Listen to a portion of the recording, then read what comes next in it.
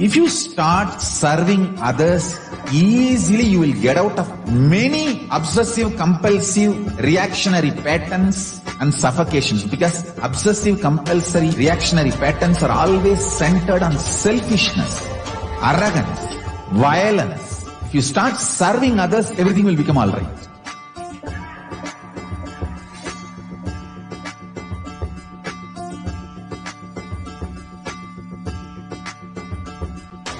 All over the world, they want the Rathotsava to happen. From Guru Purnima to Navaratri. I want all Annalayas to be open to people. Give free food with the free library. Food for stomach and food for consciousness. Both. One book, my Bhagavad Gita, will be gift. Go from house to house, door to door. Collect whatever people can contribute. One handful of rice, $1, or any small 1 kg vegetable, anything people give. It's one of the best spiritual practice. Madhugari Bhiksha. If you guys start doing this, everything, all the best things will be showered on you guys. And Paramashiva more and more will manifest in temple also.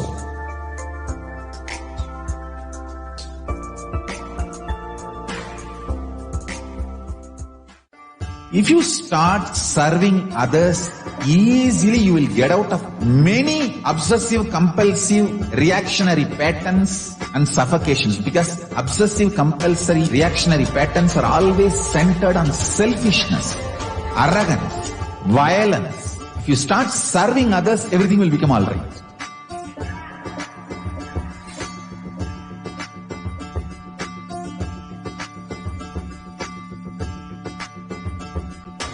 All over the world, they want the Rathotsava to happen. From Guru Purnima to Navaratri. I want all Annalayas to be open to people. Give free food with the free library. Food for stomach and food for consciousness. Both. One book, my Bhagavad Gita, will be gift. Go from house to house, door to door. Collect whatever people can contribute. One handful of rice, $1, or any small 1 kg vegetable, anything people give. It's one of the best spiritual practice. Madhugari Bhiksha. If you guys start doing this, everything, all the best things will be showered on you guys. And Paramashiva more and more will manifest in temple also.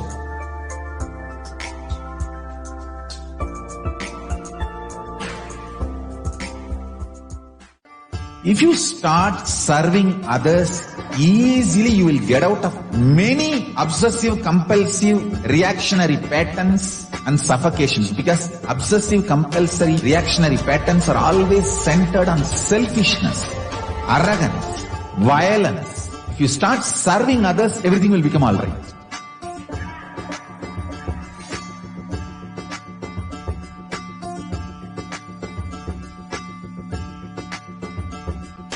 All over the world, they want the Rathotsava to happen. From Guru Purnima to Navaratri. I want all Annalayas to be open to people. Give free food with the free library. Food for stomach and food for consciousness. Both. One book, my Bhagavad Gita, will be gift.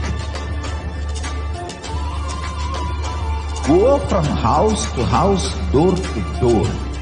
Collect whatever people can contribute. One handful of rice, $1, or any small 1 kg vegetable, anything people give.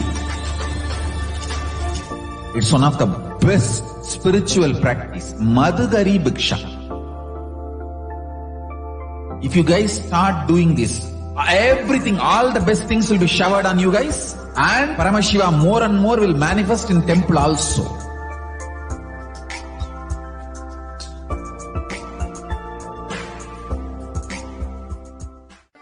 If you start serving others, easily you will get out of many obsessive, compulsive, reactionary patterns and suffocations, because obsessive, compulsory, reactionary patterns are always centered on selfishness, arrogance, violence. If you start serving others, everything will become alright.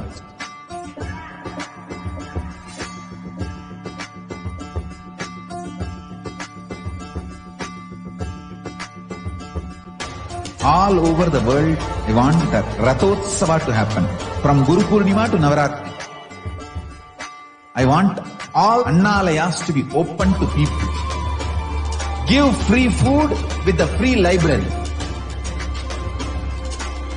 Food for stomach and food for consciousness. Both. One book, my Bhagavad Gita, will be gift. Go from house to house, door to door. Collect whatever people can contribute. One handful of rice, $1, or any small 1 kg vegetable, anything people give. It's one of the best spiritual practice. Madhugari Bhiksha. Nithyanandam. If you guys start doing this, everything, all the best things will be showered on you guys. And Paramashiva more and more will manifest in temple also.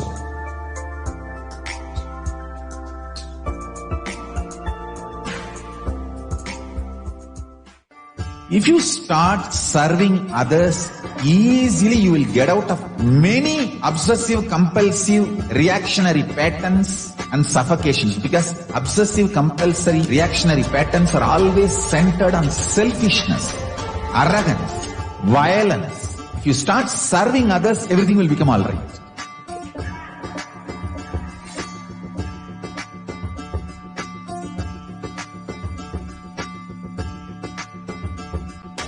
All over the world, I want the Rathotsava to happen. From Guru Purnima to Navaratri. I want all Annalayas to be open to people. Give free food with the free library. Food for stomach and food for consciousness. Both. One book, my Bhagavad Gita, will be gift. Go from house to house, door to door. Collect whatever people can contribute. One handful of rice, $1, or any small 1 kg vegetable, anything people give. It's one of the best spiritual practice. Madhugari Bhiksha. If you guys start doing this, everything, all the best things will be showered on you guys. And Paramashiva more and more will manifest in temple also.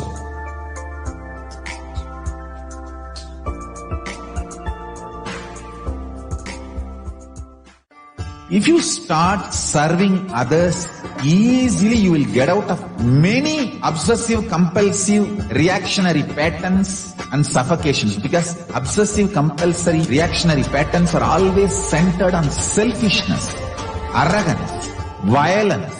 If you start serving others, everything will become alright.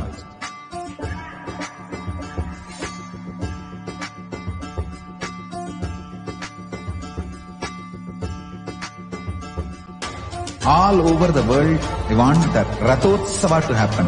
From Guru Purnima to Navaratri. I want all Annalayas to be open to people. Give free food with the free library.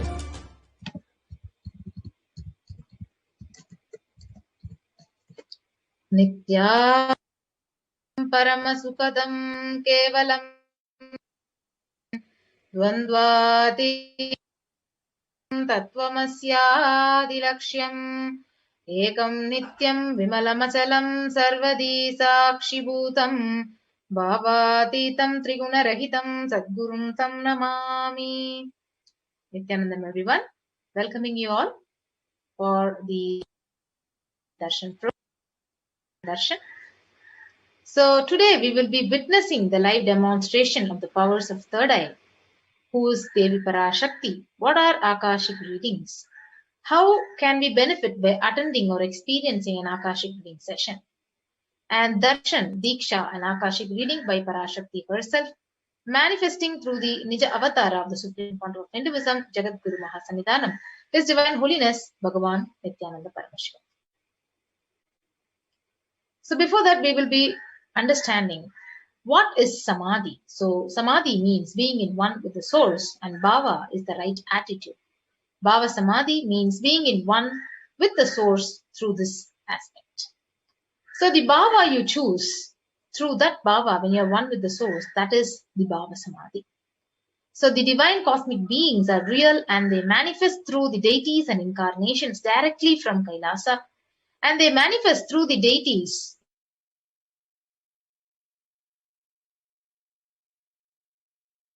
awakens your Kundalini Shakti, which is the latent potential energy in every human being. An awakening of this Kundalini Shakti, it results in extraordinary abilities expressing through us, like third eye awakening, ability to have remote vision, ability to scan anyone's body, levitation, teleportation, and materialization. So when the Kundalini energy is awakened, your whole brain, it comes alive. And this influx of superconscious energy, it visibly slows down the aging process and improves the immunity to diseases. So with increasing levels of coherence, the whole brain, it comes alive, turning into a superconductor of conscious energies that heals, that empowers and transforms our lives. So having the darshan or even a glimpse, it brings lasting transformation in us, cleansing the lifetimes of karmas and raising you to the next level of superconscious breakthrough, like hitting the reset button in your very being. And one more important concept is the mirroring of neurons. So mirror neurons activate and they process all the observed movements or informations of the avatar just by seeing. That means your entire body, it silently and without movement recreates what is happening distance is far away, experiencing the superconscious energy that is radiated by the avatar. So Akashic reading is not a prediction, it is a reading from the cosmic archive. So there is no such thing as the past, present, and future. Beyond space, creation and destruction, they happen simultaneously. And in the dimension of time starts the past, present, and future. But in Akashic records, there is no past, present, and future. And that is why whatever is happening, and yet to happen is already very clearly recorded. So let us understand more about the Supreme Pontiff of Hinduism, Jagat Guru Mahasanidhanam. His Divine Holiness Bhagavan Nithyananda Paramashivam is the reviver of Kailasa, a macrocosmic, ancient, enlightened Hindu civilizational nation. And he is the 1008th incarnation of Paramashiva as per Hinduism, recognized by his predecessors who are enlightened masters and adepts. The Supreme Pontiff of Hinduism has made the science of power manifestation, the yoga and temple-based universities, a lifestyle for humanity. The Supreme Pontiff of Hinduism is ordained as the 233rd Guru Mahasanidhanam of the Kanchi Kailasa Sarvajnapeetham. He is the incumbent emperor of the Surya Vamsa Surangi Samrajyam, the present 293rd Jagat Guru Mahasanidhanam of Kailasonathar Shamla Pita Sarvajnapeetham, the present Mahamandaleshwar of Mahanirvani Akada, largest apex monastic order. The Supreme Pontiff of Hinduism is the 1008th Acharya Mahamandaleshwar of Atal Akada, the 23rd Guru Mahasanidhanam of Dharma Mukti Swargapuramadinam, and he is elected as the Supreme Pontiff of Hinduism by a congregation of over 1000 Hindu leaders. And he is revered as a teacher of Hinduism, the most prolific, most viewed, and most watched, who has authored 300 books, 10,000 articles in 3 languages in English, Tamil, and Sanskrit, translated into 50 languages with over 1,000 titles. He has released over 20 million copies of books and articles which are sold, read, and downloaded. Over 10,000 hours of discourses have been delivered and has enriched over 1 billion lives digitally. He is respected as a commentator of all the sacred scriptures, the Upanishads, the Bhagavad Gita, the Shiva Sutras, the Brahma Sutras, Yoga Sutras, Ashtavakra Gita, and the Jain Sutras.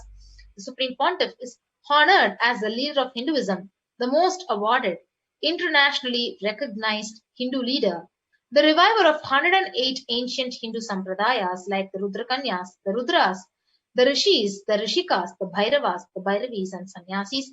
He is the establisher of the largest Hindu university, Kailasa's Nithyananda Hindu University in the world with satellite campuses in 150 countries, establisher of 1,000 and plus Kailasa enlightenment ecosystems. He is the founder and reviver of over 100 Sarvajnapitas, the collector of the largest Hindu library with over 1 million books, 1 million palm leaf scriptures, and over 20 million digital books. So with that, we'll be moving on to the next segment of the witnessing the extraordinary powers of third eye and by the Balasans of Nithyananda order and the Nithyananda yogis after a short break.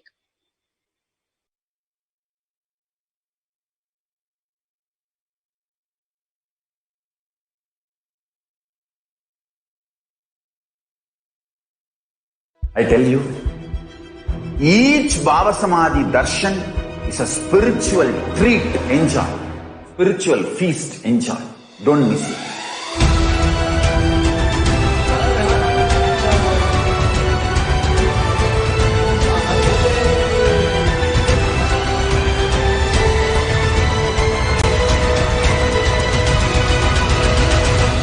Never miss a Bhava Samadhi Darshan. Enjoy Paramashivoham, which is introducing and making you cognize the cosmic principles and cosmic beings.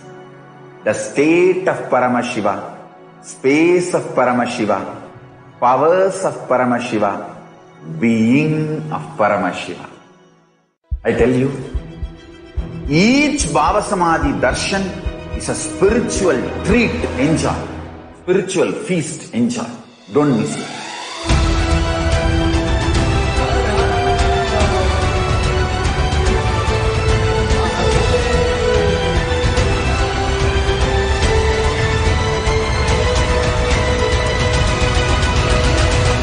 Never miss a Bhava Samadhi Darshan. Enjoy Paramashivoham, which is introducing and making you cognize the cosmic principles and cosmic beings. The state of Paramashiva, space of Paramashiva, powers of Paramashiva, being of Paramashiva. I tell you, each Bhava Samadhi Darshan is a spiritual treat, enjoy. Spiritual feast, enjoy. Don't miss it.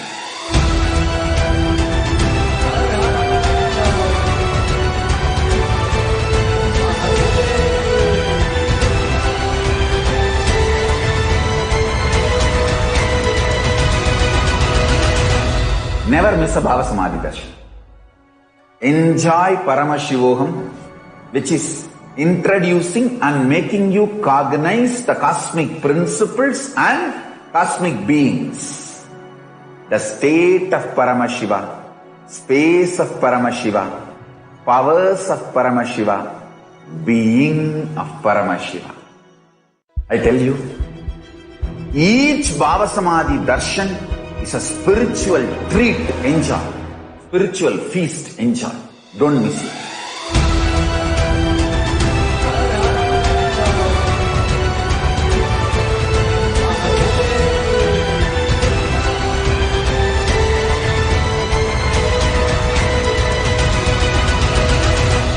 Never miss a Bhava Samadhi Darshan. Enjoy Paramashivoham, which is introducing and making you cognize the cosmic principles and cosmic beings. The state of Paramashiva, space of Paramashiva, powers of Paramashiva, being of Paramashiva. I tell you, each Bhava Samadhi Darshan is a spiritual treat, enjoy. Spiritual feast, enjoy. Don't miss it.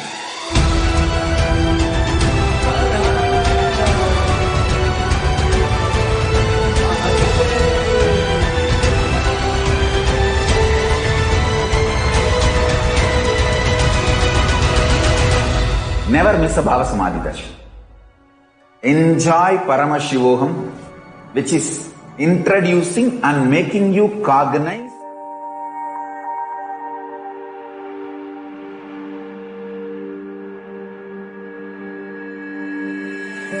Kailasa is proper customized spiritual service helping you to identify your root patterns of suffering. We have perfected the science of helping every individual from every cultural, religious, nationality background.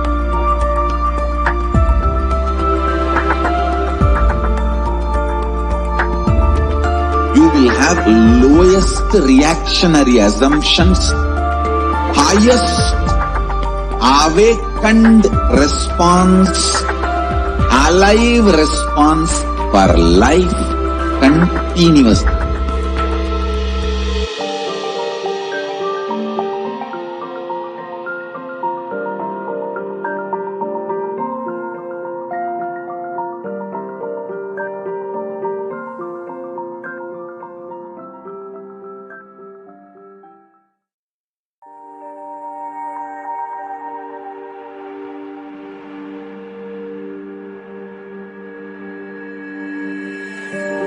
Kailasa is proper customized spiritual service helping you to identify your root patterns of suffering. We have perfected the science of helping every individual from every cultural, religious, nationality background.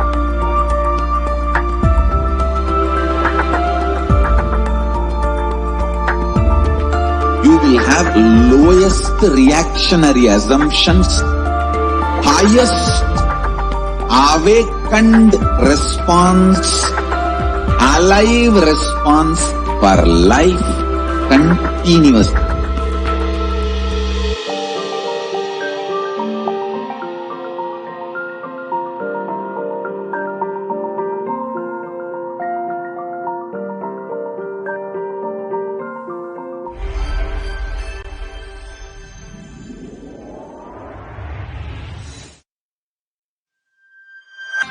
Kailasa is enlightenment ecosystem, literally enlightenment itself in your own home, wherever you are.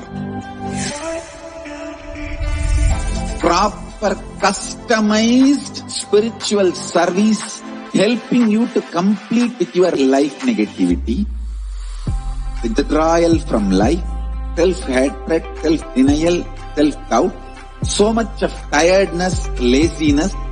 It can support you, aligning your diet, your attitude, your aptitude, your understanding about life.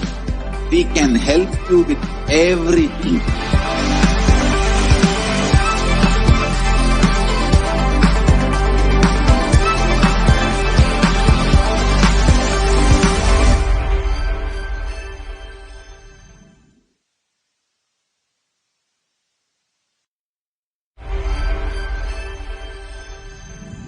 Yes.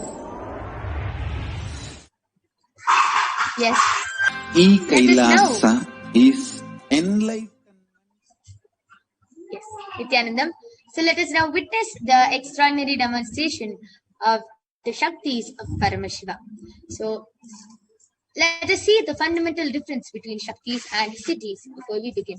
Shaktis are the source of enlightenment, and they come from the feeling connection or oneness with Paramashiva, whereas Siddhis come from intense tapas for enlightenment, and Shaktis are on the path of enlightenment. So Siddhis are on the path of enlightenment. Shaktis are the source of enlightenment.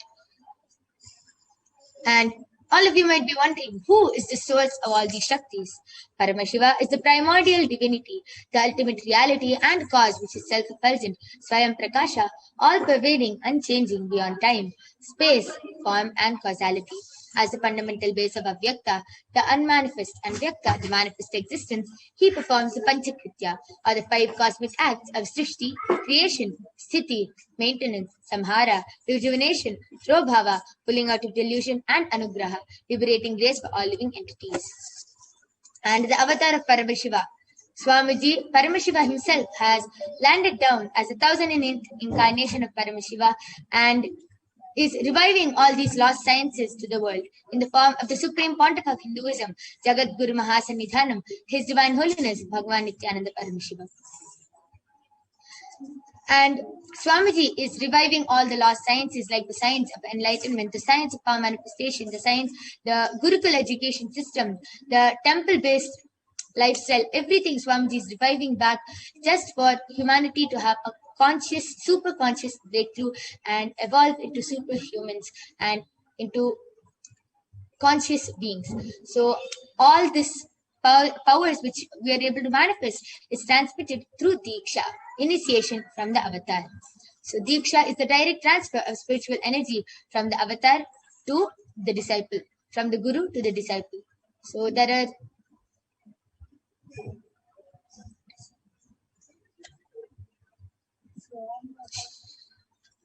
and Swamiji is giving this very initiation to all of us. Swamiji has initiated millions of disciples all across the globe into the science of power manifestation through the disciplines of Vedanta, Tantra, Sri Vidya, Yoga, Yoga Shastra, Mantra Shastra, Siddha Vidya, the science of Yoga, Bhakti Yoga, Paramashiva Jnana and Paramashiva Vijnana.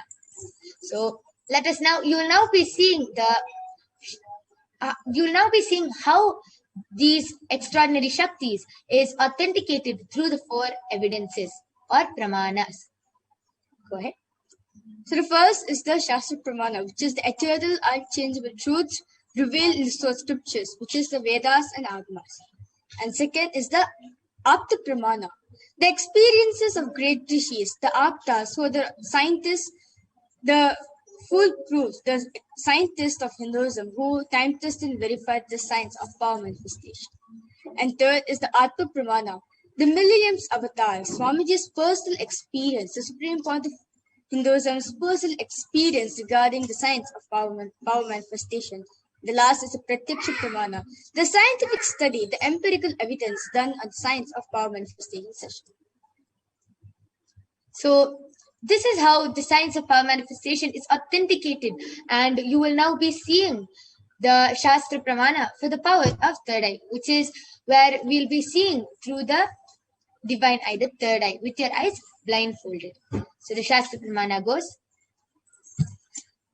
Kapalantarmanonyasa Tishtanmilitalochanaha Kramena Manasodardhyat Lakshaye Lakshamuttamam. And the next is the Apta Pramana, where the Apta Pramana is where Bhagavan Krishna beautifully initiates Arjuna into the power of third eye just with a simple initiation. So let us now see the verse where Bhagavan Krishna initiates Arjuna into the power of third eye. Natu mam shakyase drashtum anenaiva svachakshushaha divyam dadami te chakshuhu pashyame yogamaishwaram. Bhagavan Krishna says to Arjuna, but you cannot see my cosmic form with these physical eyes of yours. Therefore I grant you the divine third eye. Behold my cosmic opulence. In the Hindu Purana, which is the Srimad Bhagavad Gita, the 11th chapter, where Bhagavan Shri Krishna reveals the cosmic form, the Vishwarupa Darshan, his cosmic form to Arjuna through the power of third eye. And in the 11th chapter, through the power of third eye, Arjuna detailedly describes Sri Krishna's form. And next is the Apta Pramana, the Atma Pramana, where Swamiji shares that the 10 directions above him, below him, the 360-degree vision, everything was able to see and feel as everything as him. The stone which he was sitting on, the skin of the stone, the tree which was behind him, the plants, the shrubs, the bushes, which everything was there around. He could feel, and as he could literally see him in those beings. And the last is the Pratyaksha Pramana, where the scientific study which is done on the meditative states, and and states of samadhi using the positron tomography emission, the positron emission tomography. So during when meditators face high activities is measured.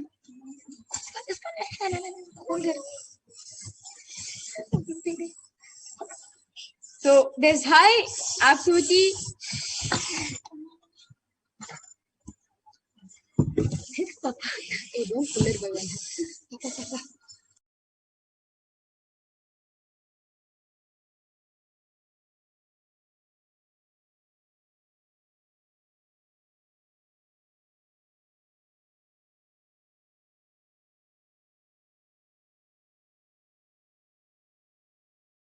Where when you meditate the states, only the almost the body is working and the brain is at peace, and the brain is functioning. And when in states of samadhi, 90% of the third eye region is alive and fully awakened, and the brain is completely at rest and peace. So now let us witness Sakshi Pramana, which is a live demonstration done on the power of third eye reading, which is the blindfold reading. Yes. So, along with me, I have the medically tested eye band. As you can see, in front is a complete opaque sheet, and behind is a thick sponge with 2 holes where the eyes can comfortably fit inside. And you can see there's a beautiful strap which can comfortably strap the eye band to her head. This is a medically tested eye band, is completely proven and scientifically proven that even with your eyes open inside this eye band, no light can enter. So this is the eye band that I'll be placing on Mami Nithyananda. I'm going to be unmuting. I'm going to be opening the eye band right in front of all of you and placing the eye band on Maviraja's eyes.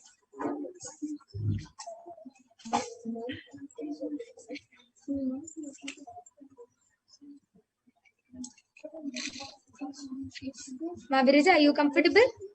I request you to put the strap down. Now? Yes. Yeah. So now Maviraja is comfortable. I request you to turn to your right, left, up, down, and all around. Yeah. So you can see how Maviraja's eyes are completely covered from all sides, and there is no possible way of light entering in between. Yes. So now I request the YouTube comments to be projected, and all of you can start posting anything you want in the YouTube comments. You can post your any comments, medical terms, scientific terms, and you can post sentences, paragraphs, emojis, numbers, letters, anything you want in the YouTube comments, and Maviraja will be reading it out live in front of you. I request the interview operator to project the comment section.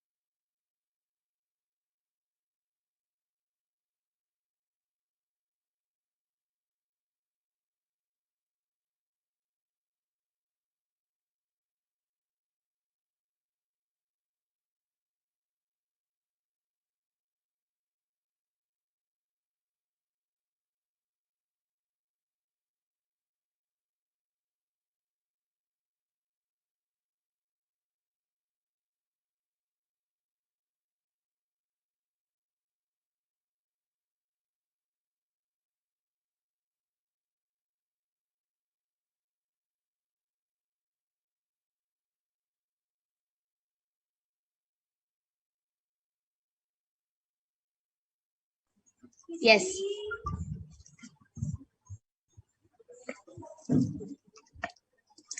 Yes, we're completing for the technical glitch as now we remove the I-band of Mavarija. We'll again be placing the I-band on Mavarija's eyes. Again, I'm showing the I-band. In front is the complete opaque sheet and behind is a thick sponge and with 2 holes where Mavarija can comfortably place her eyes, and it is completely scientifically proven that even with the eyes open inside, there is no light that can enter.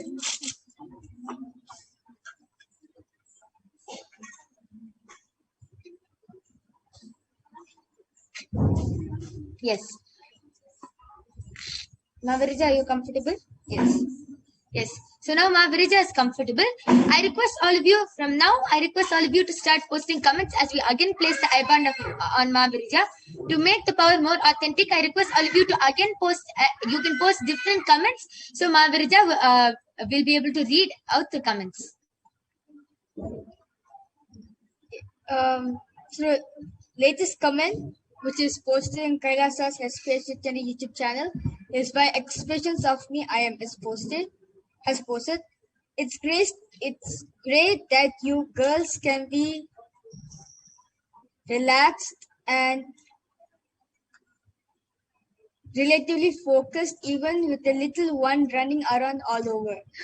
And like a laughing emoji, good going, and a smiley emoji.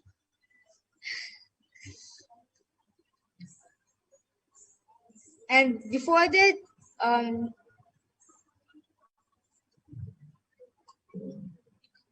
I request all of you to continue posting new comments. You can continue posting comments. You can post numbers, letters, words, shapes, anything you want.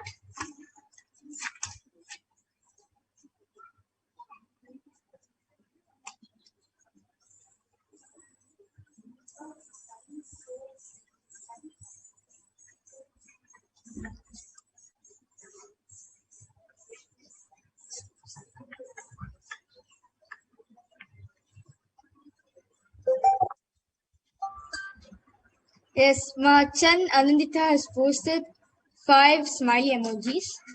Yes. So that was an amazing demonstration of the power of third eye. We completed all of you for the technical glitches, and due to the interest of time, we were not able to finish. We were not able to continue with the power of third eye and do the power of body scanning also. But please, you can surely join back tomorrow and every day at 2 a.m. IST and 4 p.m. IST for witnessing the extraordinary demonstration of the power of third eye, body scanning, and many more extraordinary Shaktis of Paramashiva. Now I'll be removing the I-band of Mavarija. So you can see that in front, it's completely the same, the I-band. Yes. And we thank all of you for joining us. Please stay tuned for the upcoming segments like this, where you will be learning about who is Devi Parashakti, what are the Akashic readings, and much, much more. So please stay tuned for the upcoming segments. We thank all of you for joining us. Thank you, Nithyananda.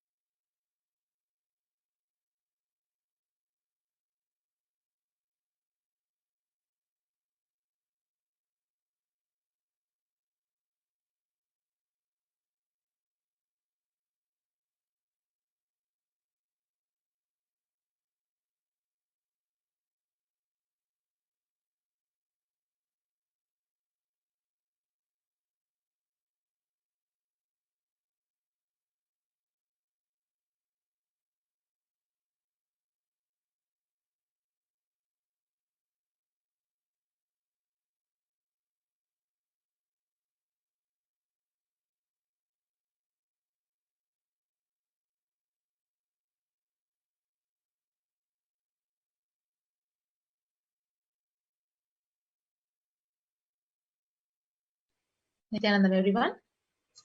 Welcome back. Nithyanandam, to all the viewers, welcome back.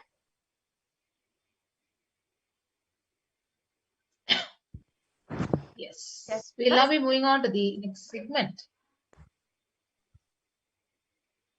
We'll be understanding Devi Parashakti, the cosmic principles which she represents and the that she embodies. We'll be understanding Devi Parashakti, being introduced to her, the divine cosmic mother. As well, we'll be introduced to the Akashic reading. How does the Akashic reading work and how can it make breakthrough in your life? In the following segment, you'll have the answers to all of these questions.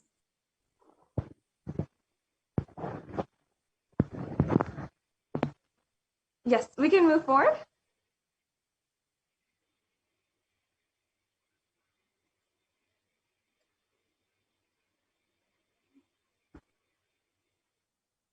So we'll now be chanting the Dhyana Shloka of Lalita Sahasranama. Sinduraruna Vigraham Trinayana Manikya Mauli Spurat Taranayaka Shekaram Smita Mukhi Mapina Vakshoruham Panibhya Manipurna Ratna Chasalam Bibhrati Saumyam Ratna Gatastha Rakta Charanam Dhyayet Paramambikam. And now I'll be chanting the English translation. The Divine Mother is to be meditated upon as shining in vermilion, red body with triple eyes, sporting a crown of rubies, studded with the crescent moon, a face all smiles, a splendid bust, one hand holding the jewel cup brimming with mead, and the other twirling a red lotus. Arunam Karuna Tarangitakshim Dhrutapashangusha Pushpabhana Animadibhiravritam Ayukairahamityeva Vibhavaye Bhavani. I meditate on the great Empress. She is red in color and her eyes are full of compassion, and holds the noose, the goad, the bow, and flowery arrow in her hands. She is surrounded on all sides by powers such as anima for race, and she is the self within me.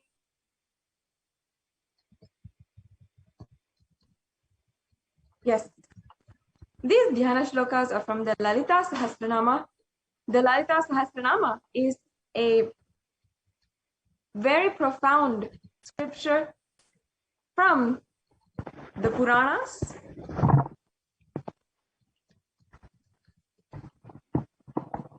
And Devi Parashakti is the divine cosmic mother.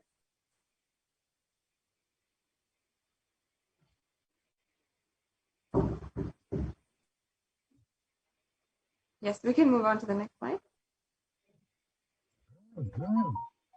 Devi is the ultimate pure feminine consciousness. Parashakti is the cosmic mother. It is her cosmic womb from which billions and billions of universes comes out and go in. Source where the Big Bang and black holes go on. Parashakti is the source Shakti, the source energy and source power from which all of us came, in which all of us are even in now, and in which all of us are going to merge. So out of her extreme love and compassion, Parashakti herself is manifesting through the embodied form as the Nija Avatara, the Supreme Pontiff of Hinduism, Jagadguru Mahasannidhanam, His Divine Holiness, Nithyananda Paramashivam, gracing us, answering all our questions, attending to our prayers, giving boons, healing us, revealing our past, present and future, delivering profound spiritual truths, and ultimately giving us the experience of Paramashivoham itself.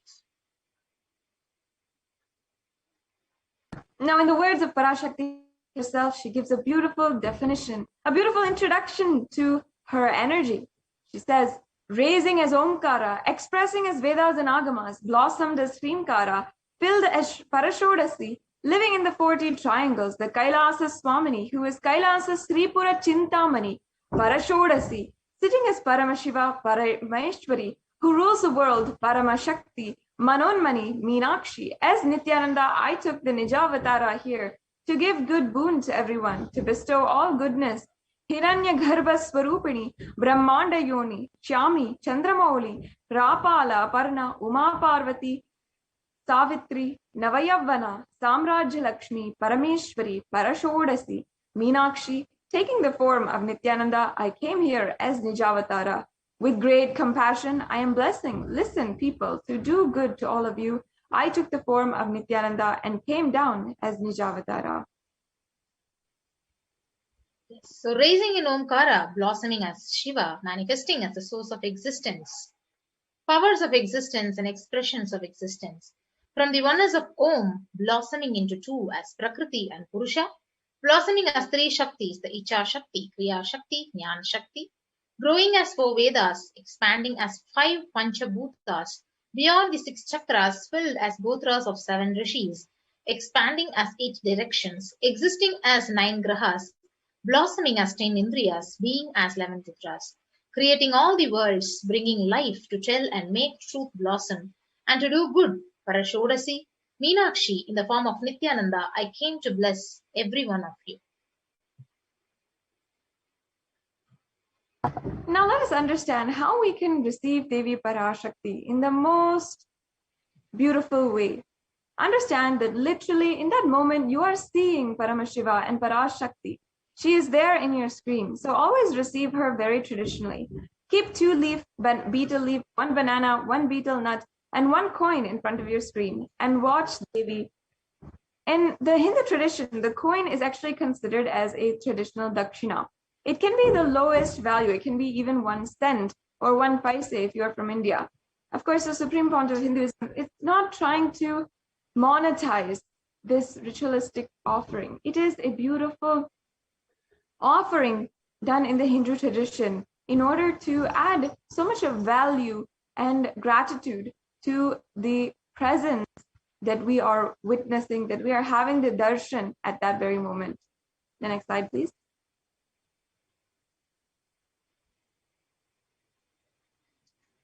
Yes, so you can offer the betel nut, the betel leaf, that to Parashakti, and after the darshan is over, you can do the namaskar, you can eat the banana and distribute the prasadam, and you can collect the traditional dakshina which you're offering and send it to the Nithyanandeshwara temple in Los Angeles. And so you might think this is a very small sentiment, but that which actually makes you feel that really Parashakti is there and you will never take Parashakti for granted. So all these rituals, they literally break your monotonous, unconscious mentality and lifestyle. And again, it raises you to the powerful cognition and it will break the unconscious behavior of taking Parashakti as for granted. So as you can see here, these are the examples of what you can prepare for the tambulam. The tambulam is another name for the dakshina.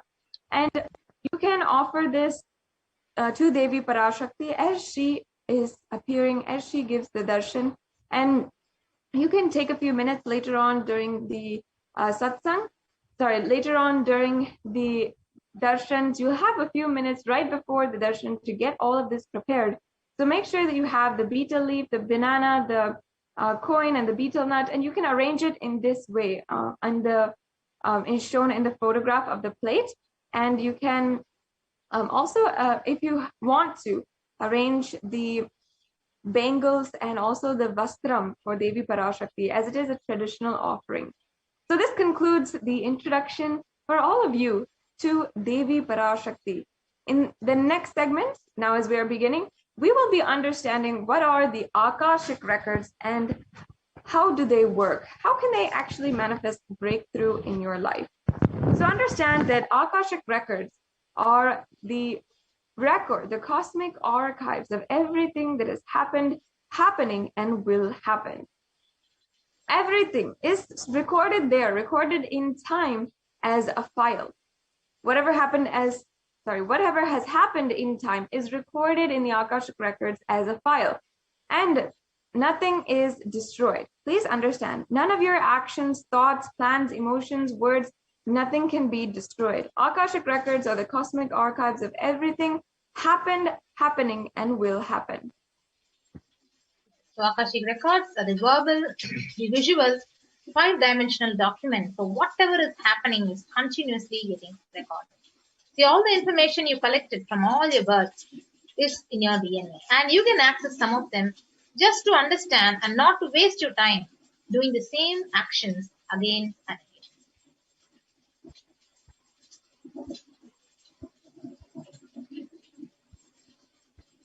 Now, please understand that many of you might have gone to get your horoscope done, or you might have gone to get some other kind of predictions on your future done. But we have to understand very fundamentally that Akashic reading is not a prediction. It is a reading from the cosmic archives. There's no such thing as past, present, and future. And beyond space, sorry, can you go back to the last slide, Ma?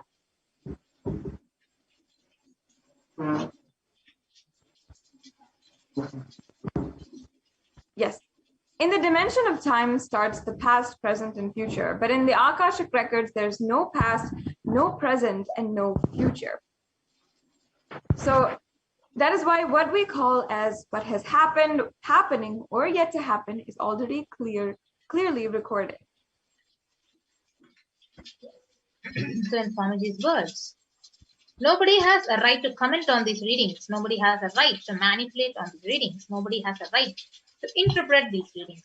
And nobody has a right to comment on these readings. So they are complete unto themselves. And for anybody to live in tune with the cosmos, the Jivan Mukti, living enlightenment, does not need any special practice other than listening to these great readings again and again. So when you listen to these great readings, naturally your negative logic is penetrated, broken, and these great truths, they settle in your inner space and they make you live enlightenment. As the avatar of Paramashiva, who has graced humanity with the blessings and darshan in the form of Devi Parashakti, he is revealing answers to our questions to the yearning of seekers as solutions, breakthroughs, and liberating humanity from pain and suffering. And any answer that is given by Devi Parashakti is not just an answer, but a breakthrough for the receiver. Yes. So let us move to the Shastra Pramana, scriptural reference from the Vijnana Bhairava Tantra, Dharana 61, Sutra 84. Akasham vimalam pashyan kritva drishtim nirantara shabdhatma takshana devi bhairavam vapurapnuyat. And the English translation goes, Bhagavan Paramashiva says, looking at the spotless, infinite, etheric space, Akasha, beyond the sky and clouds, one should fix one gaze from the third eye without blinking continuously and make the body and inner space steady and motionless. In that very moment, O Devi, one attains the nature and powers of the infinite space, Bhairava. Next is the Apta Pramana from the reference from the Hindu Purana Mahabharata, which narrates the story of the great sage Maitreya, who reveals the secrets of his birth in the human form and reasons of his all his suffering to Vidura. And sage Maitreya accesses the Akashic records, and he told Vidura that he was not an ordinary man, but in fact an incarnation of Lord of Death, the Yamaraja. So that is why he had to play the part of a so-called Sudra for at least 100 years because of the curse by the Mandukya Muni.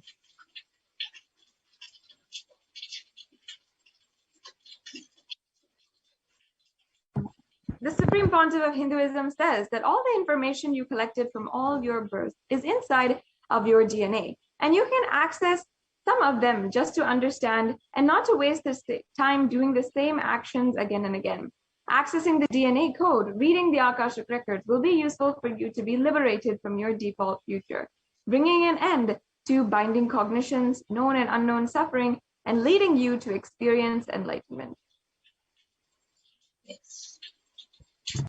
So only an avatar can alter, can change, can upgrade and edit the Akashic records. It can actually reveal, they read the Akashic records, but only the avatar can alter, can edit, can change the Akashic records. So during the darshan, the Supreme Pontiff, he blesses and upgrades the Akashic records as per the request and prayer of the devotee.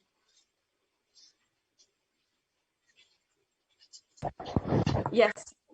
Now, what can you ask during the Akashic reading? There's several answers, and the benefit that you will receive, and the transformation that you will go through is absolutely immeasurable and countless. But if I were to summarize, I can say in the few following points. First, you can get the most accurate and unbiased answer to any questions about your life, destiny, purpose, or any everyday part of your life. You can be spiritually healed of physical and emotional problems with just one look or word.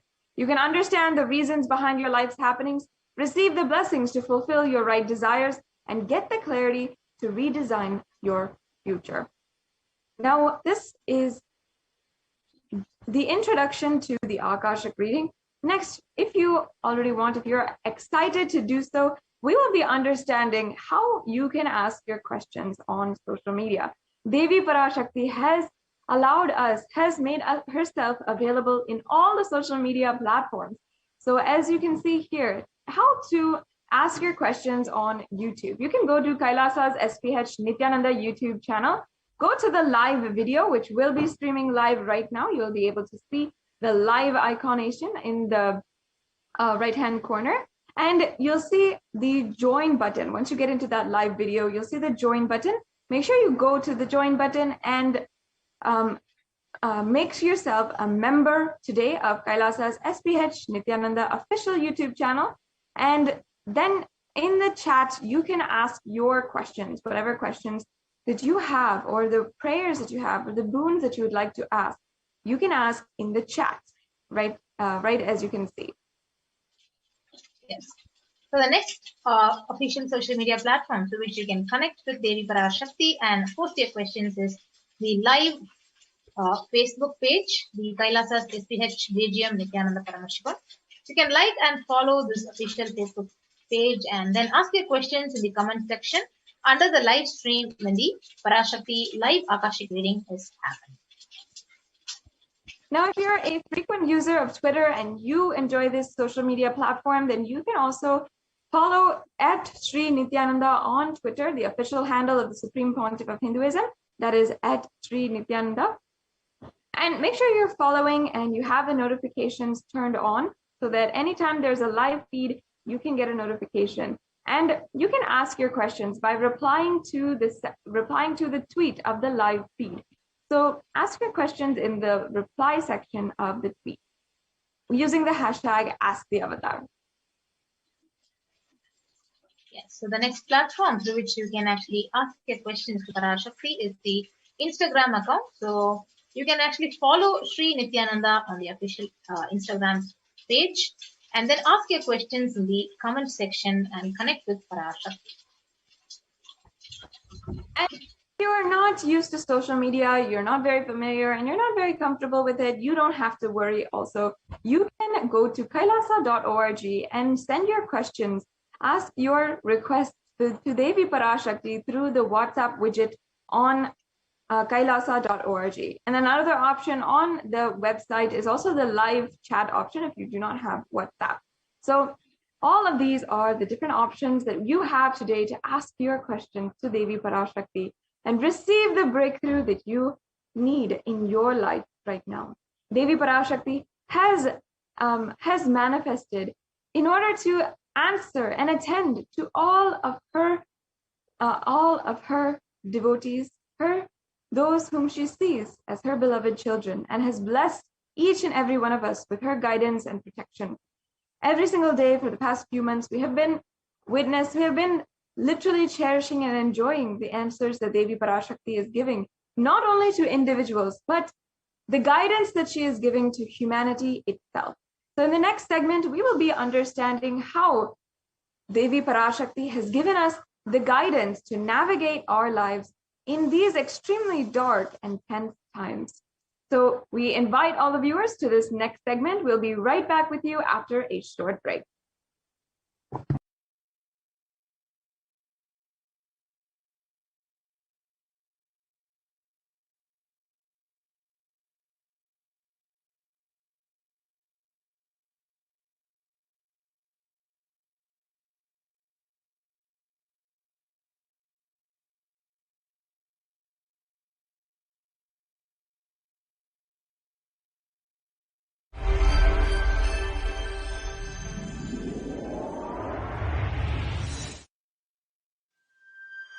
Kailasa is enlightenment ecosystem, literally enlightenment itself in your own home, wherever you are. Proper customized spiritual service helping you to complete with your life negativity, withdrawal from life, self-hatred, self-denial, self-doubt, so much of tiredness, laziness. We can support you, aligning your diet, your attitude, your aptitude, your understanding about life. We can help you with everything.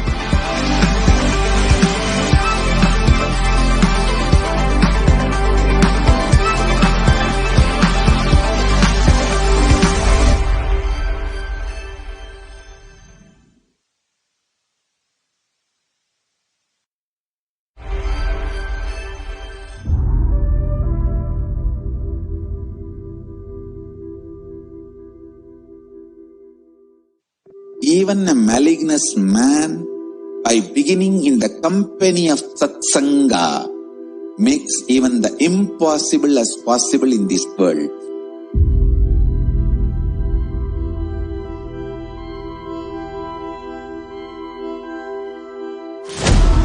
Kailasa is the message from Paramashiva to have superconscious breakthrough.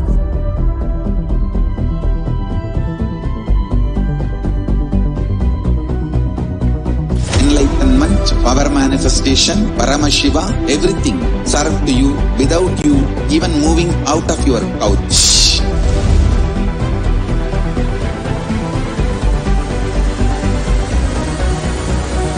We have perfected the science of helping every individual from every cultural, religious, nationality background. We can multiply the quality and quantity of your life.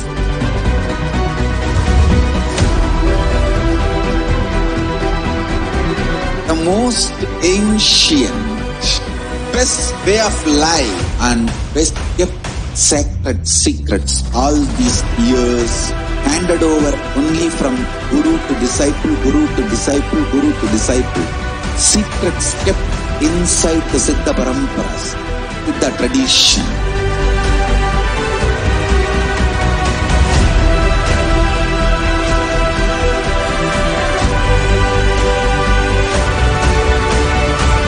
Enlightenment is the birthright of all human beings. Kailasa is responsible to provide that to all human beings. Whole world should become Kailasians.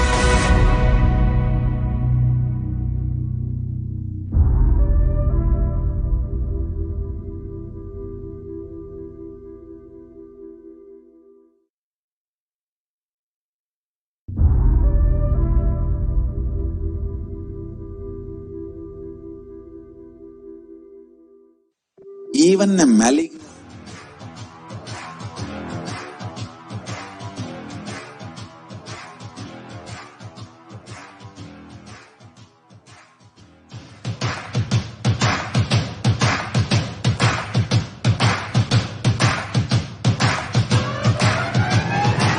I welcome all of you, the whole world, to come and celebrate, enjoy not only the enlightenment ecosystem, the beauty of how it is getting revived. Be an insider for this great revival process.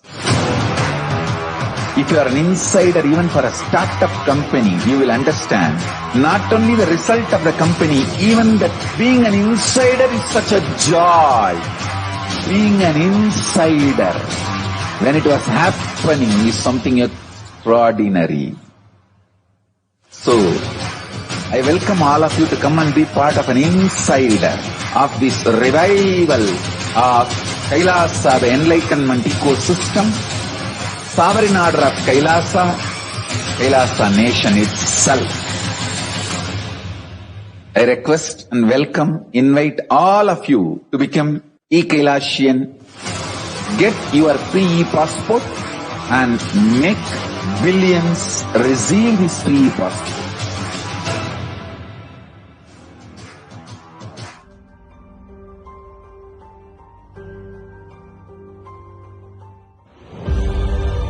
What I mean by the word Kailasa, listen intensely. Enlightenment ecosystem, literally enlightenment itself, in your own home, wherever you are. If you cannot come to Kailasa, it's okay. Kailasa can come to you. Kailasa coming to you is Kailasa. Everyone, welcome back. So we will now be moving on to the next segment of this program of what Devi Parashakti has revealed about the state of the world. So we'll be now watching a small video clipping on what Parashakti has revealed about the black fungus. What I mean by the word Kailasa, listen intensely. நன்றாய் தெரிந்து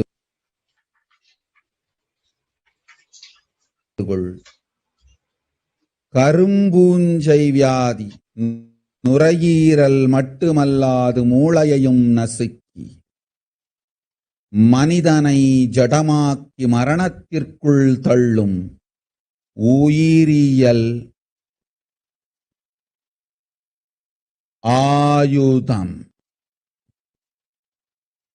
மனிதர்கள் மீது நடத்தப்படும் உயிரியல் போர் இது.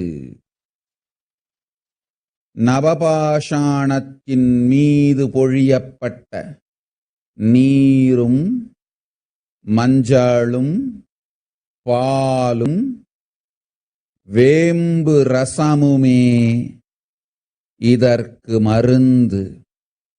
அதை அருந்தி உடலிலே அதை ஊற்றி நீராடி இருந்தவர்க்கு காவல் அம்பிகையின் சக்தி.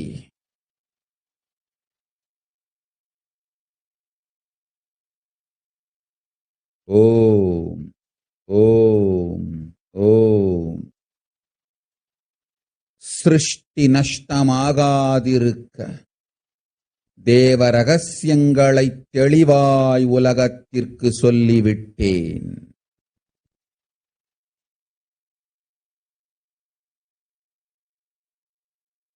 இந்த ரகசியங்கள் எல்லாம் உலகத்திற்கு நாம் நித்யானந்தன் வடிவு கொண்டு சொல்லும் பொழுது எதிரிகள் பெருங்கோபத்தொடு நித்யானந்தன் திருவுருவை அழித்திடாமல் இருந்திடவே அவன் திருவுருவை கைலாயத்திற்கு கொண்டு வந்து பாதுகாப்பாக்கிக் கொண்டு பிறகு இந்த உண்மையெல்லாம் உலகத்திற்கு சொல்லுகின்றேன். அன்னை பராசக்தியும் கூட உண்மைகளை உலகிற்கு சொல்லும் முன் தற்காப்பு செய்து கொள்ள வேண்டிய அளவிற்கு மனிதர்களின் அரக்கத்தனமும் அட்டூழியமும் உலகத்தில் அரண்டு ஆடுகின்றது.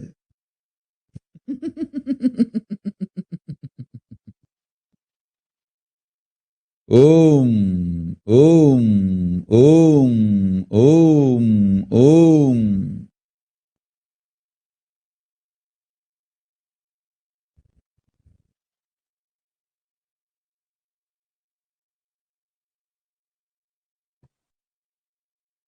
So the translation for this revelation on the 19th of May goes, you are asking a remedy for black fungal disease. Know properly, black fungal disease, not only will it affect the lungs, it will smash the brain. Also, it is a bioweapon that makes humans a lifeless matter and push them to death. So the demonishness and the atrocities of humans is dancing in the world that even Mother Parashakti needs to do self-protection before telling the truth to the world. As you can see, the black fungal disease was actually denied and dismissed as rare and declared as an epidemic by several states. And it's considered a pandemic within a pandemic. And as Devi revealed, it eats the brain, mutilates the body and face, eats the bones, and affects primarily COVID patients and is extremely fatal with over a 50% fatality rate. Yes. So you can see the black fungus is already declared as an epidemic, and the disease which is linked to COVID spreads across India. So states of India have begun declaring this black fungus, which is a specific mucormycosis. 7,200 cases reported, usually in patients with diabetes or compromised immune patients.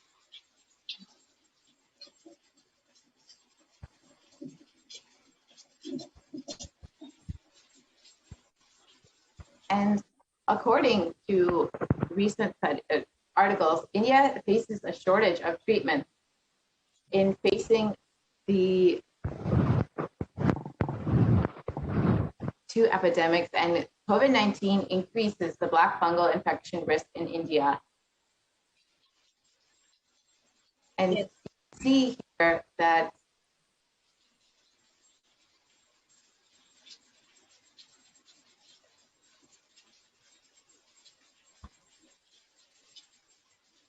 we can continue. Yes, so you can see the deadly black fungus outbreak declared an epidemic as cases climbed to 12,000 in COVID hit India. So this is about around 2 days on the 29th of May 2021. So range of states across India have declared the outbreak of the rare black fungal an official epidemic, as the total number of cases has hit more than 12,000. And it is, as we stated earlier, a pandemic within the COVID-19 pandemic. And after COVID-19, the soaring numbers of fungal infections among the recovered patients have emerged as a new medical concern. And more than 12,000 cases of fungal infection have been reported from different parts of the country and created a sense of panic among the people. So the flesh-eating black fungus killing off patients who survived COVID-19. So it has a near 50% mortality rate and is tragically killing many who were relieved to have beaten the COVID-19. And the infection can eat through the skin, the soft tissue, or even the bone as it attacks the brain or the other critical organs. Once it starts growing that way, it's very difficult to control. And the doctors studying the outbreak in India, they say steroids used to treat the COVID also weaken the immune system, leaving patients more susceptible to the fungus. And as Devi revealed, human beings will die like cats and rats on the street. And this we can see is already coming true with dead bodies floating in large quantities in Ganga. And authorities have been fudging numbers and underreporting the number of deaths due to COVID-19. And as Devi revealed, dogs are eating those dead bodies. Because dogs ate those dead bodies, they are dying, and 4 human beings are eating those dogs' dead bodies. And because they don't have food, they are also dying. Yes, so you can see what Parashakti had revealed, that I saw clearly dead bodies floating in large numbers. So you can see the bodies which are floating in Ganga, and the Boxer locals more worried about water contamination than where the bodies came from. You can exactly see the dead bodies are floating in the Ganga river. And as they revealed, dogs are eating those dead bodies. According to this article, scores of decomposing bodies are laid uncovered in the Sangam area. And for the last 2 to 3 months, people have been burying their dead here. Sand covering the bodies is blown away by a strong wind and exposing the decomposing bodies. Predatory birds and dogs gather and feast on these bodies. And the government should make the proper arrangements for the burial. So as they revealed, dogs are actually feasting on these dead bodies, exactly as what Devi said. Yes, you can see human beings will die like cats, rats. And what exactly Parashakti has revealed, India is reeling under a massive second wave of COVID-19 pandemic. The number of deaths has also increased, and such is the situation that crematoriums and even the burial grounds are packed to their capacities.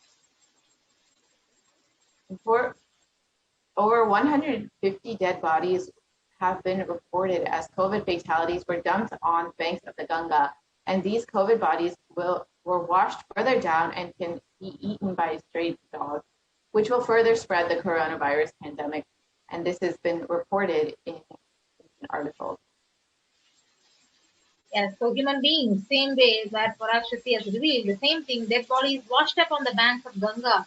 They sighted for a second straight day in Uttar Pradesh, and the spot was around 55 kilometers up from Bihar's Buxar, where more than 100 bodies were found, evoking shock and anger.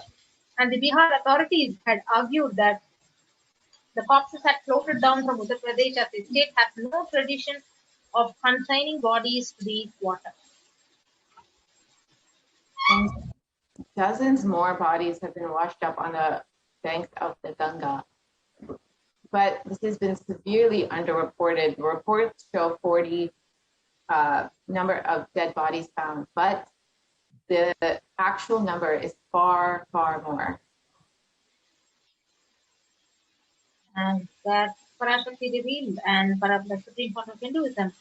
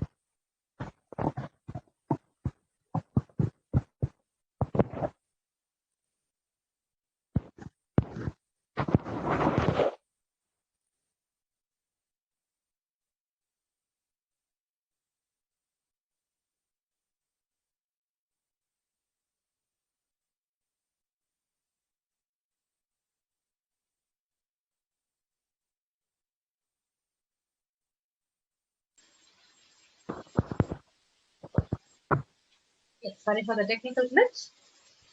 So now we could see the statistics of where India in the denial of world's most depressive threats by the COVID-19 pandemic.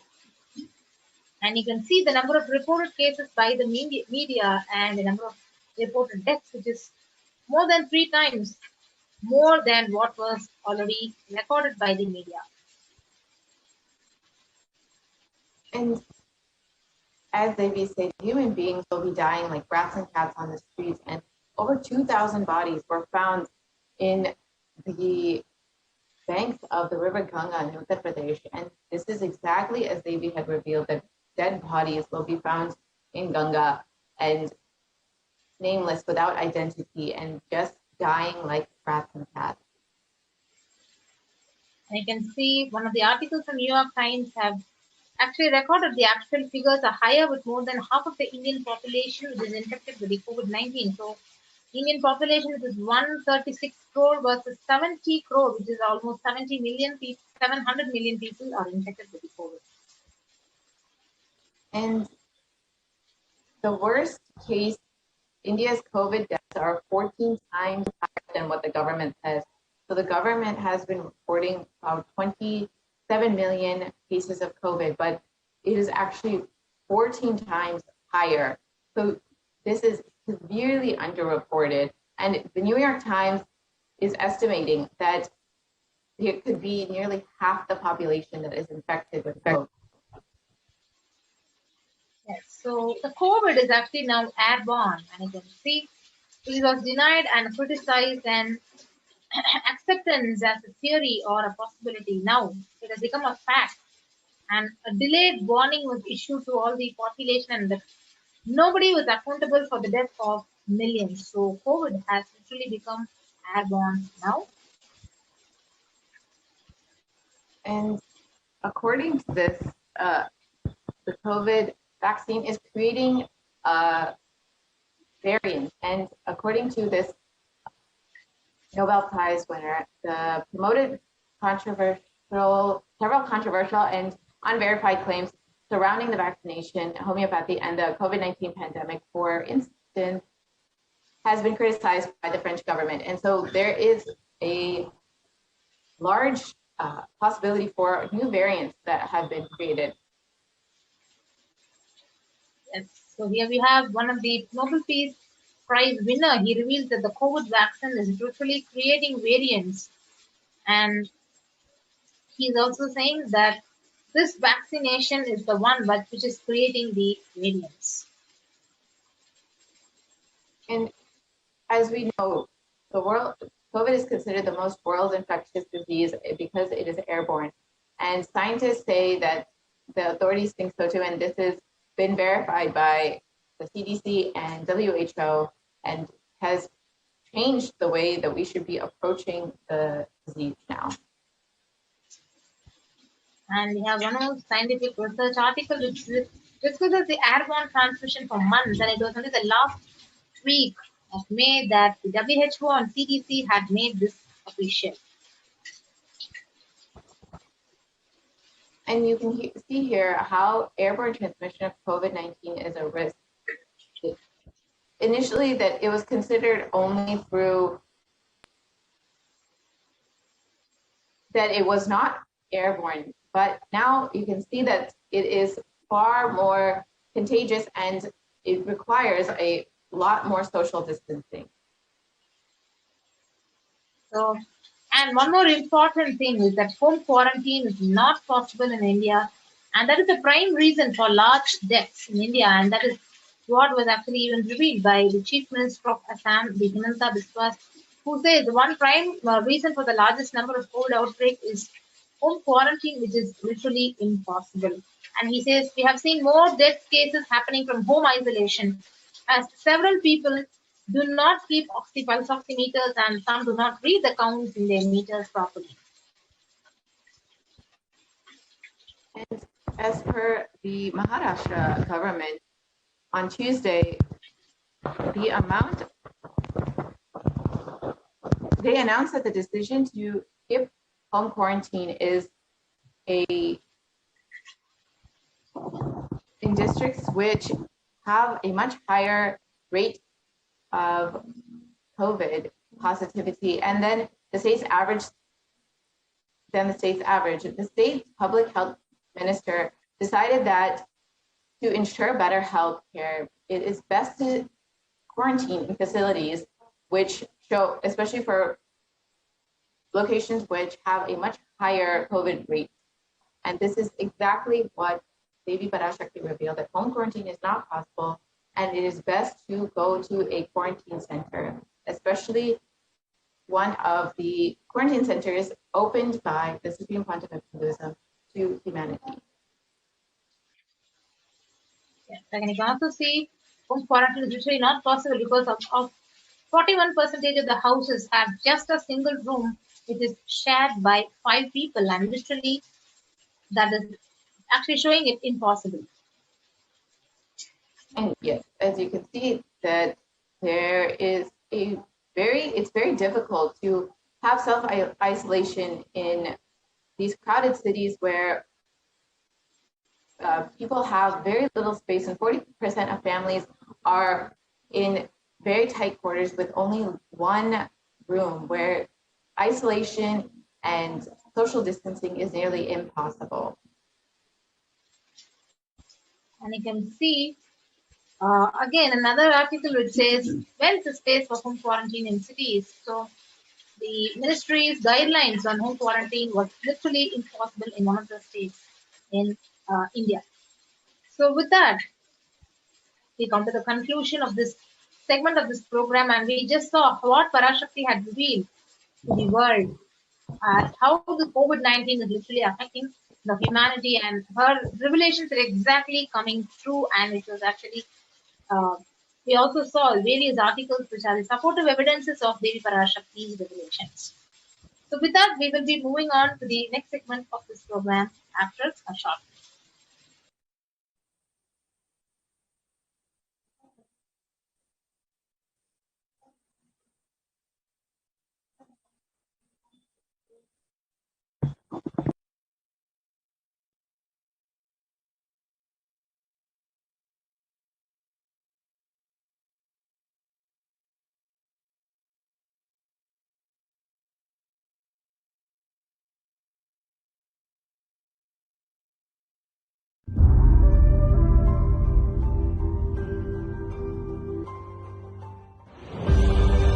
What I mean by the word Kailasa, listen intensely. Enlightenment ecosystem, literally enlightenment itself, in your own home, wherever you are. If you cannot come to Kailasa, it's okay. Kailasa can come to you. Kailasa coming to you is Kailasa.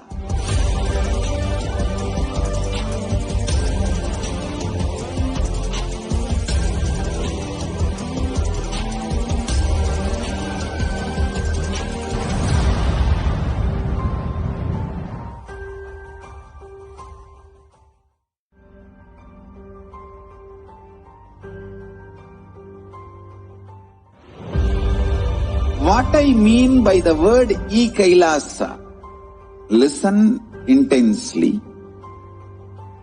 Enlightenment ecosystem, literally enlightenment itself, in your own home, wherever you are. If you cannot come to Kailasa, it's okay. Kailasa can come to you. Kailasa coming to you is Kailasa.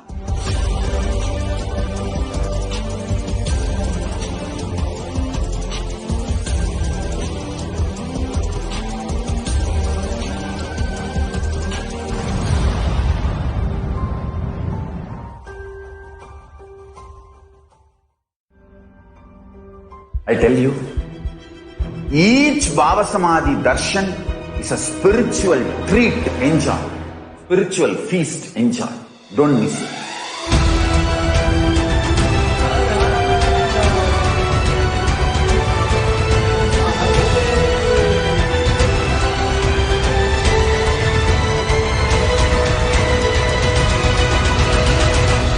Never miss a Bhava Samadhi Darshan. Enjoy Paramashivoham, which is introducing and making you cognize the cosmic principles and cosmic beings. The state of Paramashiva, space of Paramashiva, powers of Paramashiva, being of Paramashiva. I tell you, each Bhava Samadhi Darshan is a spiritual treat. Enjoy. Spiritual feast. Enjoy. Don't miss it.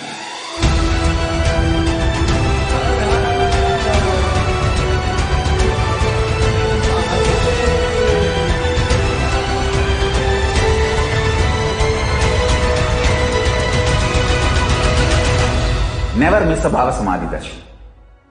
Enjoy Paramashivoham, which is introducing and making you cognize the cosmic principles and cosmic beings. The state of Paramashiva, space of Paramashiva, powers of Paramashiva, being of Paramashiva. I tell you, each Bhava Samadhi Darshan is a spiritual treat. Enjoy. Spiritual feast. Enjoy. Don't miss it.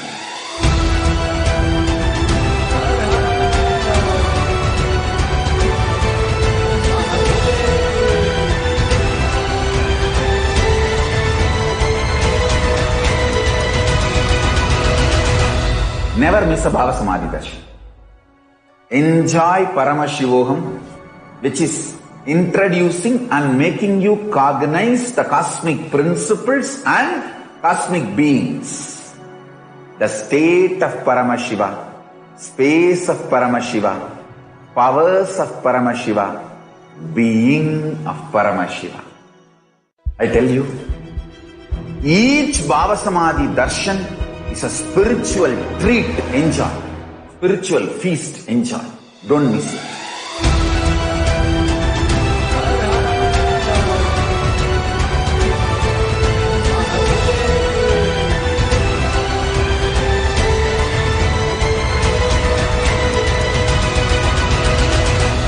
Never miss a Bhava Samadhi Darshan. Enjoy Paramashivoham, which is introducing and making you cognize the cosmic principles and cosmic beings. The state of Paramashiva, space of Paramashiva, powers of Paramashiva, being of Paramashiva. I tell you, each Bhava Samadhi Darshan is a spiritual treat. Enjoy. Spiritual feast. Enjoy. Don't miss it.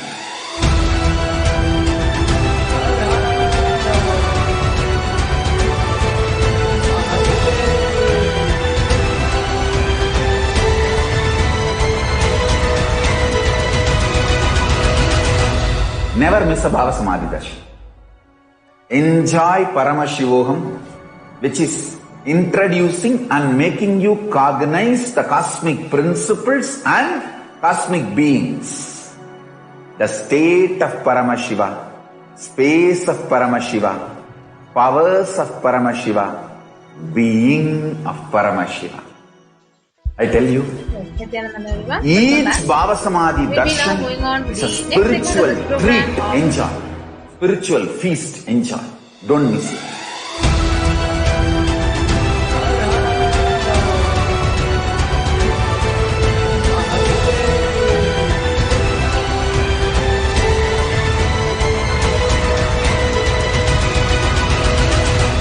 Never miss a Bhava Samadhi Darshan.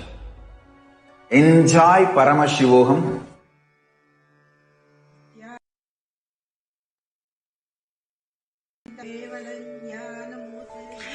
Here is the Australia Kailasa. How can I be so lucky and have a happy life in Kailasa? It's long. Yes, so we'll be now entering into the next segment of this program of our various offerings to Devi Parashakti. How can we offer our gratitude and devotion to Devi Parashakti? So let us now understand the significance of offering. So offering is a giving of divine gift of pure love, devotion and oneness. And it consists of two parts. Number one is giving and number two is accepting. So only when the divine accepts what one offers, the offering itself becomes complete. The offering is not made out of any fear or greed, and when the avatar lands, the offerings are purely a part of the grand Leela, played out only for the purpose of enlightenment. So we will now be understanding the various offerings to Devi Parashakti, and we'll be invoking Devi Parashakti by chanting the Mula Agama of Manonmani Dhyana. Induni Bhaveda Karavahti Nayanam Syat Pankajavara Japaksha Sarayuktam Angahima Bhushana Vichitra Vasanam Syat Tungamakutojvala Manonmani Swarupam. And the translation it says, moon-like face holding the Vedas on hand, fire in eyes, with lotus flower gracing and blessing hands, and one hand with Japamala, beautifully decorated with jeweled ornaments, in wonderful clothes and shining wing crown. Her name is Manonmani.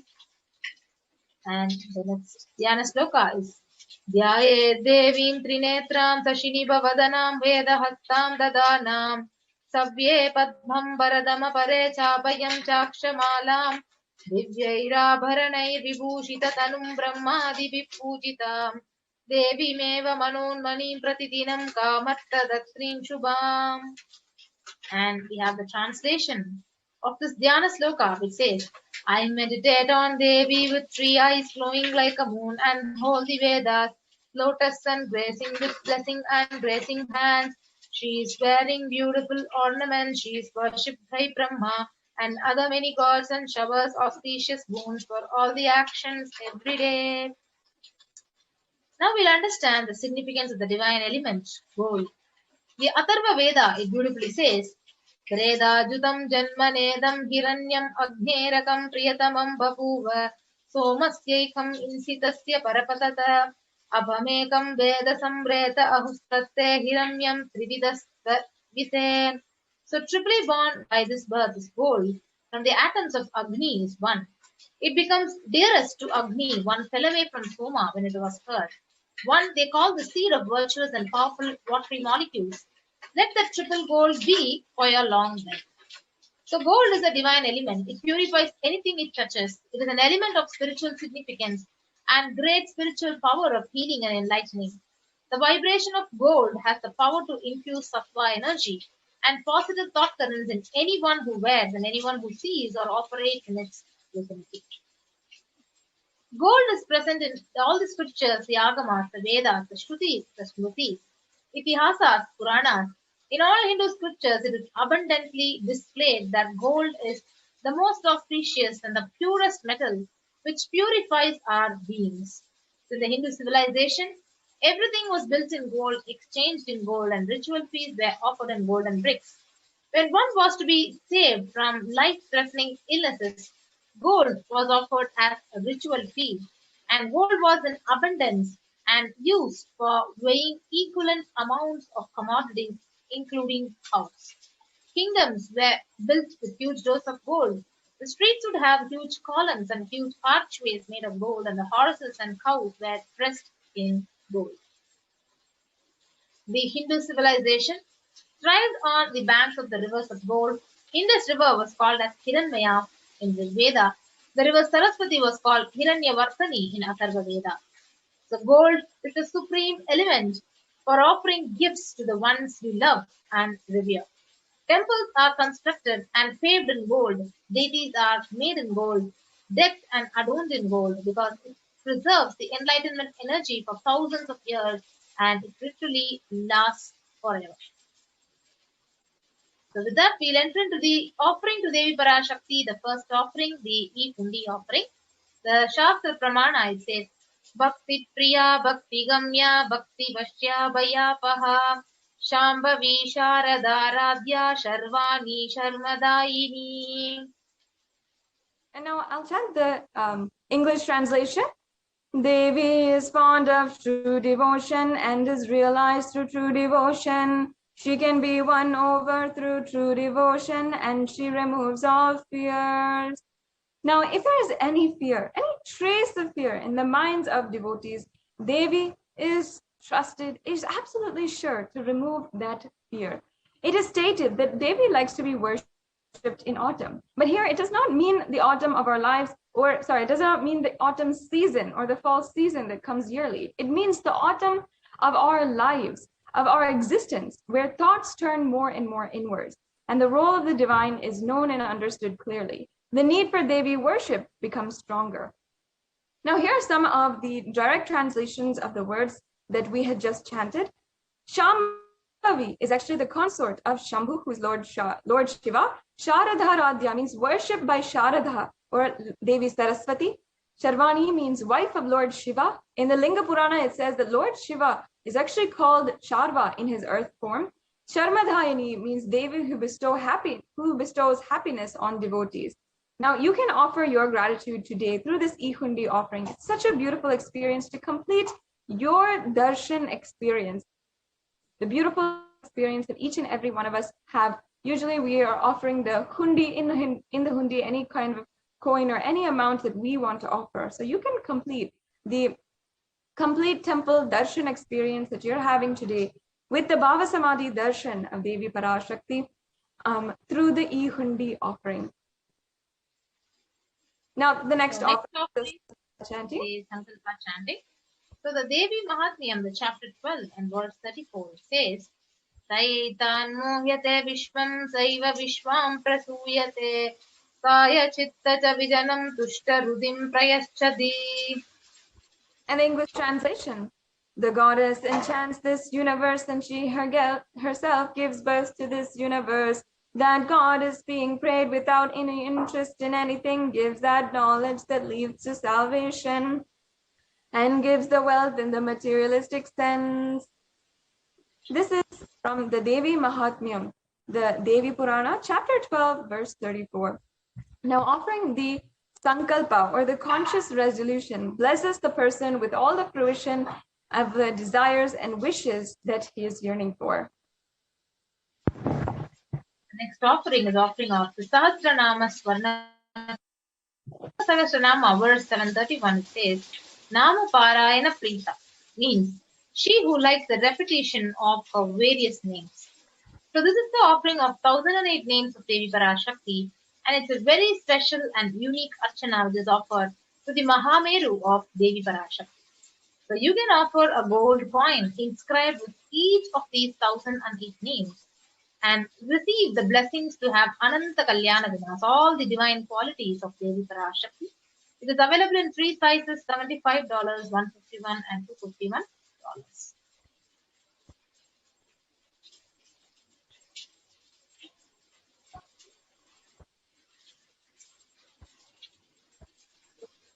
And the next offering is the Mukta Anguti. This Mukta Anguti is the pearl, the finger ring with the pearl. And it's actually very well known in Hindu tradition that the pearl gem is a favorite of Devi Meenakshi. So we'll be chanting the verse from the Meenakshi Pancharatnam for all of you as we are presenting this offering.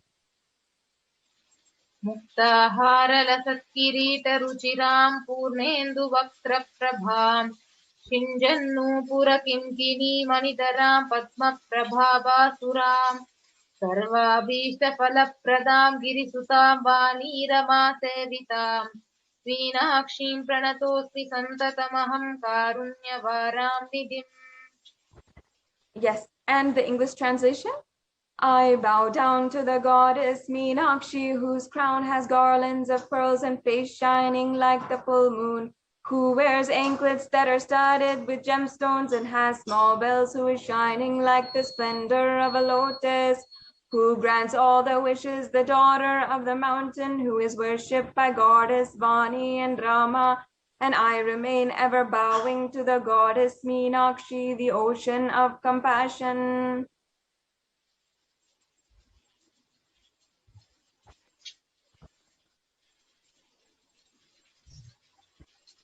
So you can offer this finger ring with a pearl to Devi Parashakti and receive her blessings to be showered by her compassion and pure love in all your business endeavors. And the next offering is the Swarna Padma Pushpam, the golden lotus. So the Kamikagama verse beautifully says, Ashtavidhyeshwaropeta kumbhavarana samyutam sarve sutra vastradya hema pankaja kushitaha kapidana sakurchascha pakva bilva phala prabha Napannadhyaya samsiddha pramanena samandita. Now, the translation of the Kamikagama verse is all the kalasas should be wound around with suitable thread and covered with new cloth. They should be adorned with lotus flower made of gold. Yes, so there are hundreds of scriptural references for using the lotus in the worship of Paramashiva. Almost everything in the worship of the ultimate involves the consecration of deities, of worship, or meditating on, or the mudras and asanas used during the worship. It involves the lotus flower, lotus pericarp, the lotus leaves, lotus petals. So lotus itself is a divine flower. The Shakti of Paramashiva is also called as a lotus. The base of Paramashiva Linga is a lotus. The disciple of Paramashiva is also considered as lotus. So you can offer this golden lotus in any size you would wish to and receive the blessings to achieve the state, the space, the powers and being of Parashakti in your inner space amidst any or every adverse situation in your life. The next offering, the Swarnameti offering, the gold toe ring. Yes, so the Shastra Pramana, it says, Nakhadhiriti samchanna namajjana tamo guna padadvaya prabhajala para pratasaroruha.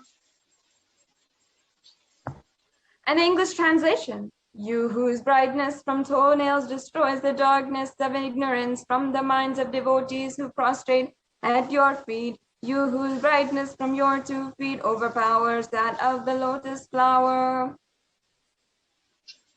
Yes, so you can offer the Swarnameti, the golden touring to Parashakti, adorning her sacred feet, to be in constant gratitude for receiving her blessings in even the most difficult aspects of your life. So the Swarnameti is available at $750. And you can go ahead to the link tiny.cc/Devi-offerings and offer the Swarnameti. The next offering is the Swarna Mangtika. This Mangtika has a very beautiful significance in the Vedic tradition. The Mangtika actually represents the nectar flowing from the Sahasrara Chakra, which is fully open. For those of you who don't know, the Sahasrara Chakra is the 1,000-petaled lotus that is sitting on the crown of the head. So when that is fully open and the nectar is pouring from it, it is represented by the Mangtika. So in the different verses, Devi Parashakti is described as Shuddha Sarabhi Varshani, meaning she who makes the nectar flow in all of our nerves from the Sahasrara. She who gives the very pleasant experience of the ultimate. Now you can offer the Mangtika to Devi and receive the blessings of achieving the blissful state of overflowing gratitude and the space of complete completion. Yes, the next beautiful offering is the Pratyaksha Pada Puja, where the 83rd sloka of Saundara Lahari says, Nakhadiditi sanchanna namajjana tamo guna padadvaya prabhajala para krutasaroruha. The English translation, the illumining splendor of Devi's toenails dispel the darkness of ignorance in the devotees prostrating at her feet. Her feet defeat the lotus in beauty.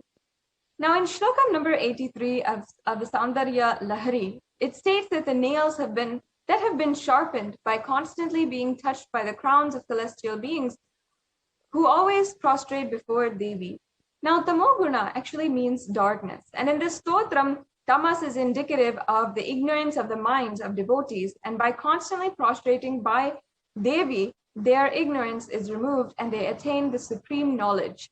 Offering this Pratyakshapada Puja to the Supreme Pontiff of Hinduism gives you the absolute blessings for all auspiciousness and blessings in your life. Now it's also very auspicious as we are celebrating the Guru Purnima festival to offer the Pratyakshapada Puja and the Seva for the Supreme Pontiff of Hinduism. And the last Seva here that we have available for you today is the Vastra Seva. Vastra Seva is the sacred cloth that is offered at the feet of the Supreme Pontiff of Hinduism. This is also another offering that you can do to receive the blessings and all the auspiciousness from the Supreme Pontiff of Hinduism. So now this brings us to a conclusion of all the offerings. Now you can see a summary table of all of the offerings that are available for you to do today. We have the E-Hundi offering, the Sankalpa chanting, the Devi Sahasranama Kasu, the Mukta Anguti, the Swarna Padma Pushpa, the Swarna Metti, the Swarna Mangtika, and the Pratyaksha Pada Puja, as well as the Vastra Seva.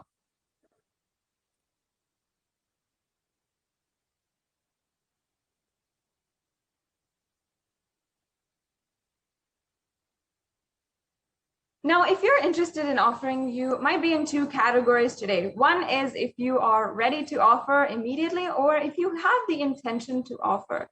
If you have the intention to offer, make sure that you share. You can also register yourself and fill out the intention form. So if you need help in manifesting, or you need more details, or you're interested in offering, but you're not sure when you can do it, when you'll have the time, or when you'll have the right resources to make the payment, so you can go to tiny.cc/bhavasamadhi in order to fill out the registration intention form. If today you are ready to make the online payment, then you can go to tiny.cc/Devi offerings. And after the payment, you can make sure that you are filling out the tiny.cc/Sankalpa 2021 form. Now, we will be going through a walkthrough of how to make your payment.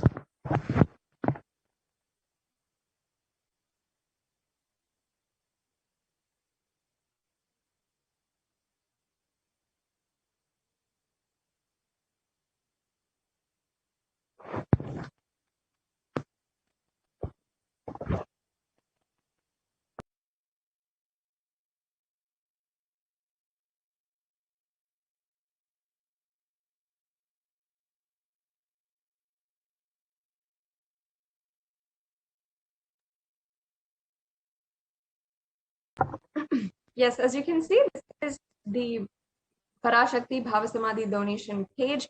You can see that you can choose the drop-down option and choose any of the sevas that you would like to offer today. And all of the sevas will be listed down here. So then you can add to the cart.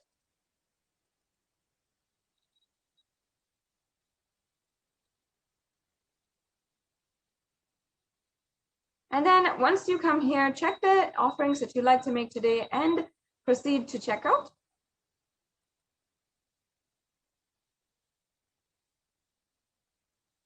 And then you'll be able to fill out all of your billing details as well as your payment details, and make sure that you are agreeing to the terms and conditions, and you can simply easily make your payment in a few easy steps. So after you've made your payment for the sevas, then you can go to the Sankalpa 2021 form. As you can see, it's a very easy form, quick form that you can make. And in this form, you'll be asked your name and all of your family members' name on whose behalf you are offering this seva today. And you'll need to provide a few details about for the puja to be conducted.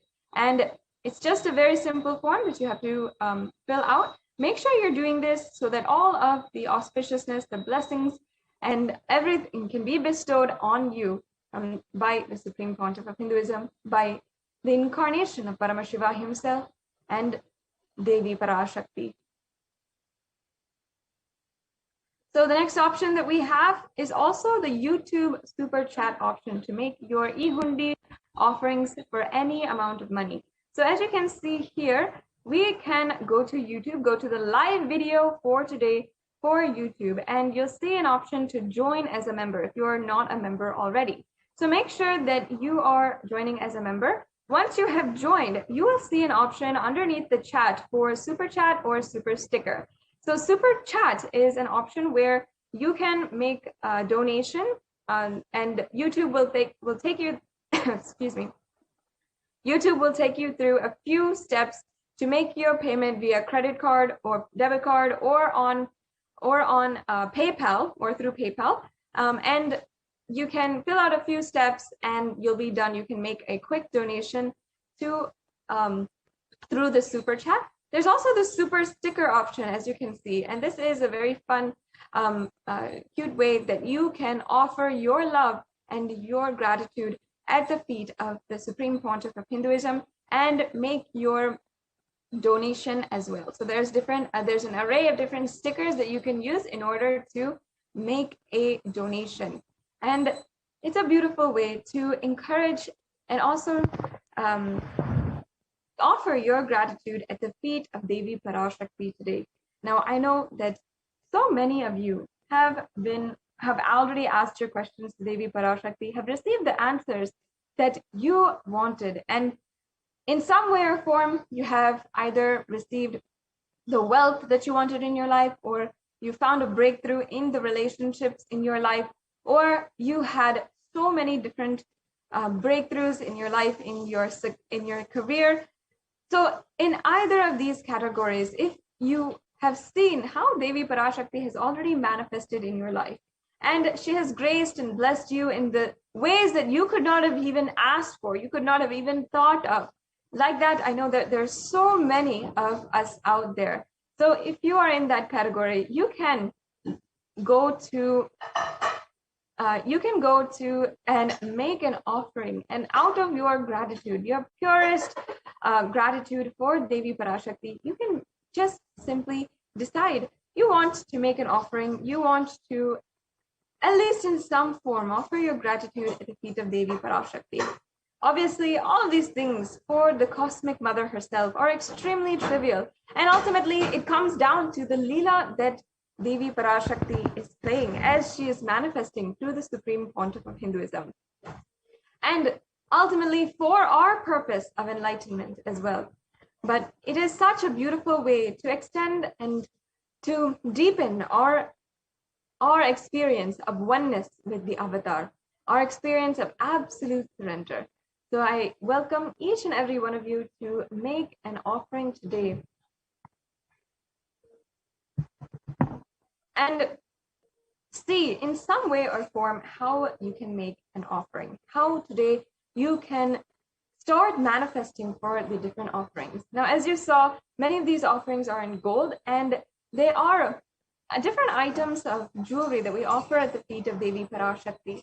And each of these items have different sacred significance as we are offering it, whether it is the Mangtika or the Swarnametti or the Mukta Anguti, such beautiful offerings that we can make at Devi Parashakti's feet, because these are such sacred sentiments that we are carrying for our gods, for the divine cosmic beings. And so many of you out there have that special feeling connection that Devi Parashakti is your Ishtadevata, is the favorite deity. And this is a beautiful way to connect to divine cosmic beings as the Ishtadevata, your favorite deity. And if that is so, if that is true, then you will really feel the need at this time, the sacred pull, the yearning in order to offer at the feet of Devi Parashakti today. And I encourage each and every one of you to somehow start manifesting these breakthroughs in your life. You will see how it will create more and more of a breakthrough, deepen your relationship with life, universe, and ultimately the divine cosmic beings, your higher self, and make you manifest your breakthrough, which you want in your life. So once again, encouraging each and every one of you to start manifesting, making these offerings today. And not only that, no, we can even formally decide to offer the Pratyakshapada Puja for Guru Purnima Day. Guru Purnima is coming up on July 23rd. And just in less than 2 weeks, we have until this very auspicious festival. Each and every one of us on this day remembers our gurus, remembers the great Guru Parampara, without whom we would not even be able to enjoy Hinduism as we enjoy it today, as we are cherishing it today. Let us understand that each and every one of us, if we are Hindu, if we are living anywhere in the world and we identify as Hindu, and we are enjoying what our ancestors, what Paramashiva himself has gifted us from the time 60,000 years ago, as he gifted us the sacred science of enlightenment. If we are enjoying that, it is because of the most sacred Guru Parampara, who has protected this Sanatana Hindu Dharma generation after generation until we are inheriting it today.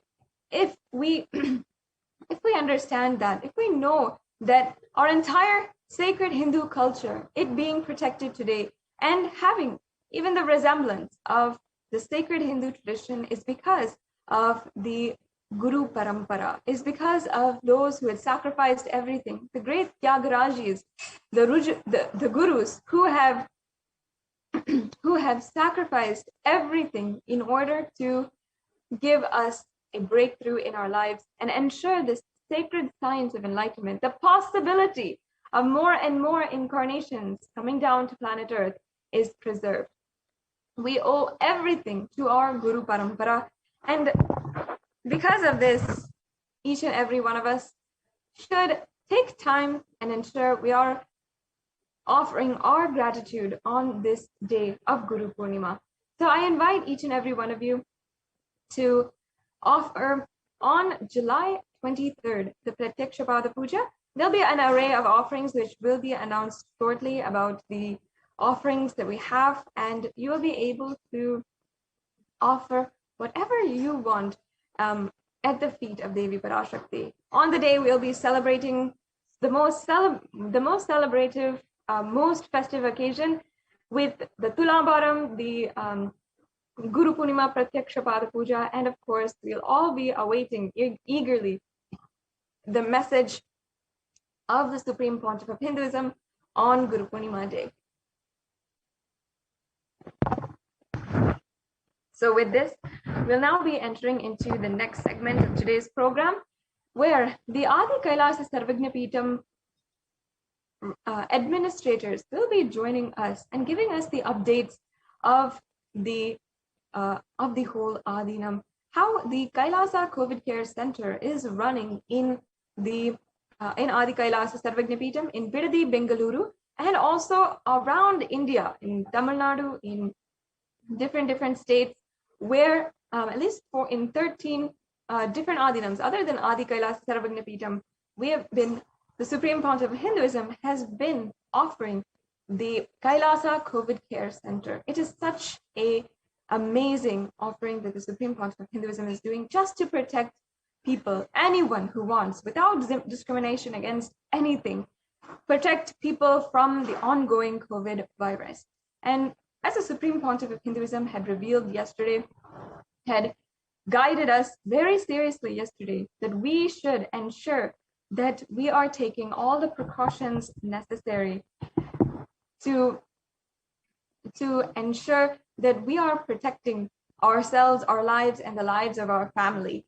And there is no guarantee that Corona is over. And even though it might seem that people are casually going about and resuming their daily life, still, there is no guarantee that there is not a third wave is not going to happen today. And a third wave is not going to happen. And with more and more people going out onto the streets, being casual with their lives, and absolutely disregarding the need and the caution and the worry we need to have about our lives, is going to result in more and more tragedies and more deaths. We have to take heed to the guidance of the Supreme Pontiff of Hinduism and ensure that we are protecting our lives. So now, within just a few minutes, we'll be joined by Ma Nitya Achalananda Swami and Ma Nitya Pranapriyananda, the Adi Kailasa Sarvagna administrators, who will be giving us the update, explaining to us what is going on in Adi Kailasa Sarvagna. And if we are able to, we'll be able to also hear the beautiful sharings of the residents who have joined the Kailasa COVID Care campus in Adi Kailasa Sarvagna, and how they have completely experienced a transformation and are feeling the difference inside of Adi Kailasa Sarvagna compared to when they were living outside. So stay tuned for all of these updates, and we'll be right back with you shortly after a very quick break.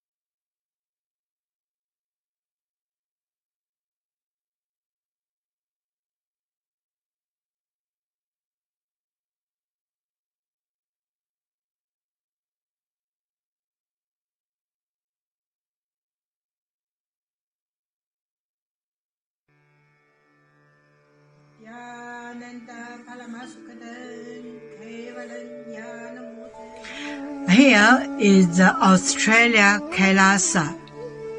How can I be so lucky and have a happy life in Kailasa?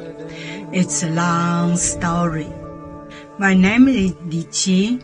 My guru is His Divine Holiness Bhagwan Nithyananda Paramashivam. Since I was very little, I already wonder what life for. I really want to know the result, the happy life in romantic love. Then the really romantic love take me go lots of places. Too many stories during this time. But I still don't feel I get the result, get the life reason. Then I start study from book, from video, from religion in many different ways. And when I study Buddha, that time I really appreciate Buddha gives so much intelligence to me about life. But I don't think study is enough for me. I want to be Buddha. But I don't know how. Who can let me get there? One day I find the video in YouTube, introduce Swamiji in that video. I suddenly, my eyes open wide. I get it. He must be my guru. I can get there. He can let me get what I want to know. And he can take me home, real home. This kind of feeling, then I start studying from Nithyananda Sangha. One day, Swamiji Satsang said he need people devote land, home, money to build up Kailasa. Then I discussed with my husband, decide to give the whole farm to Nithyananda. That time, because both of us believe help Swamiji means help whole world. It's a big decision, but we just discussed so short time already. Decide. I really appreciate my husband love me so much and believe me, trust Swamiji so much. Soon here will be big temple, Gurukul, Goshena, and library. Introduce this my story to you, just me. Don't give up any chance to be founding father of Kailasa. It's the best thing you can do in your life.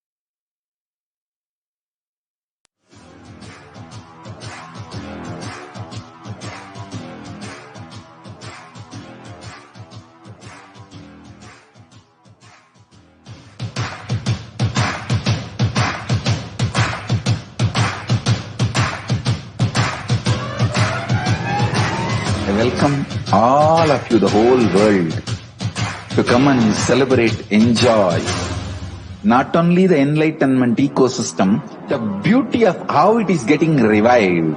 Be an insider for this great revival process.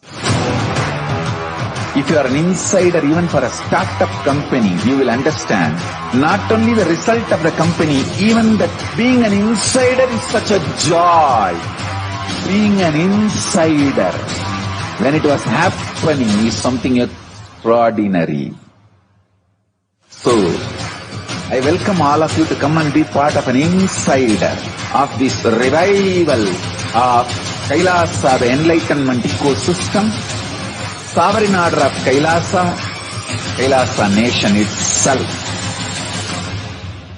I request and welcome, invite all of you to become e-Kailasian, get your free e-passport and make billions receive this free e-passport.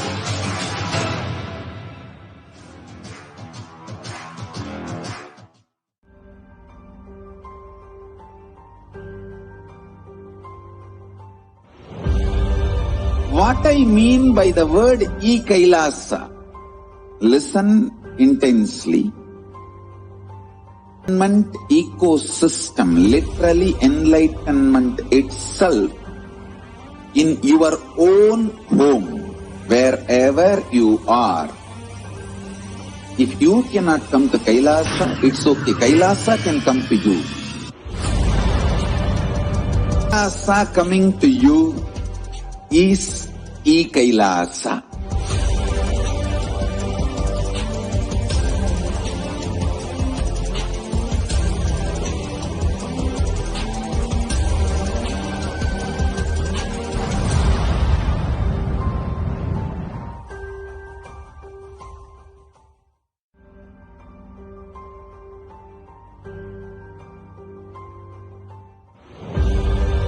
What I mean by the word e-Kailasa, listen intensely. Enlightenment ecosystem, literally enlightenment itself, in your own home, wherever you are. If you cannot come to Kailasa, it's okay. Kailasa can come to you. Kailasa coming to you is e-Kailasa.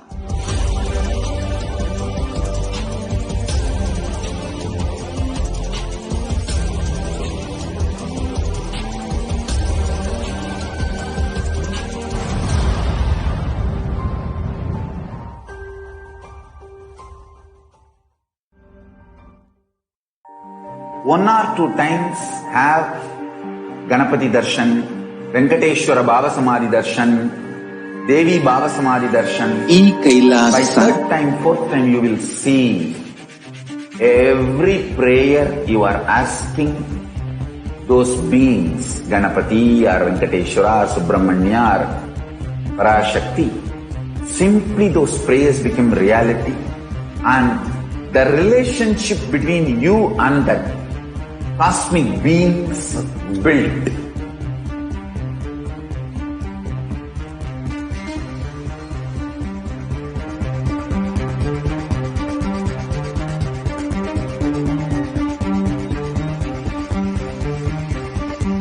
Nithyanandam, and welcome to the next segment that we have over here on the Adi Kailasa ship. What is the ongoing corona pandemic all about? What are really the logistics? What are the factual statistics as of today? How is the world coping up with this corona pandemic, or rather not coping up? Only if one is aware of all these things can one understand the reality of the situation and where the world is heading, what are the challenges, and what we really need to be taken care of.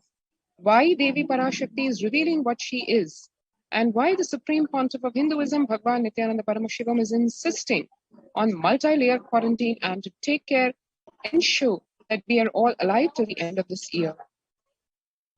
If one sees the statistics, as of the last few months, one can really understand where the world is right now.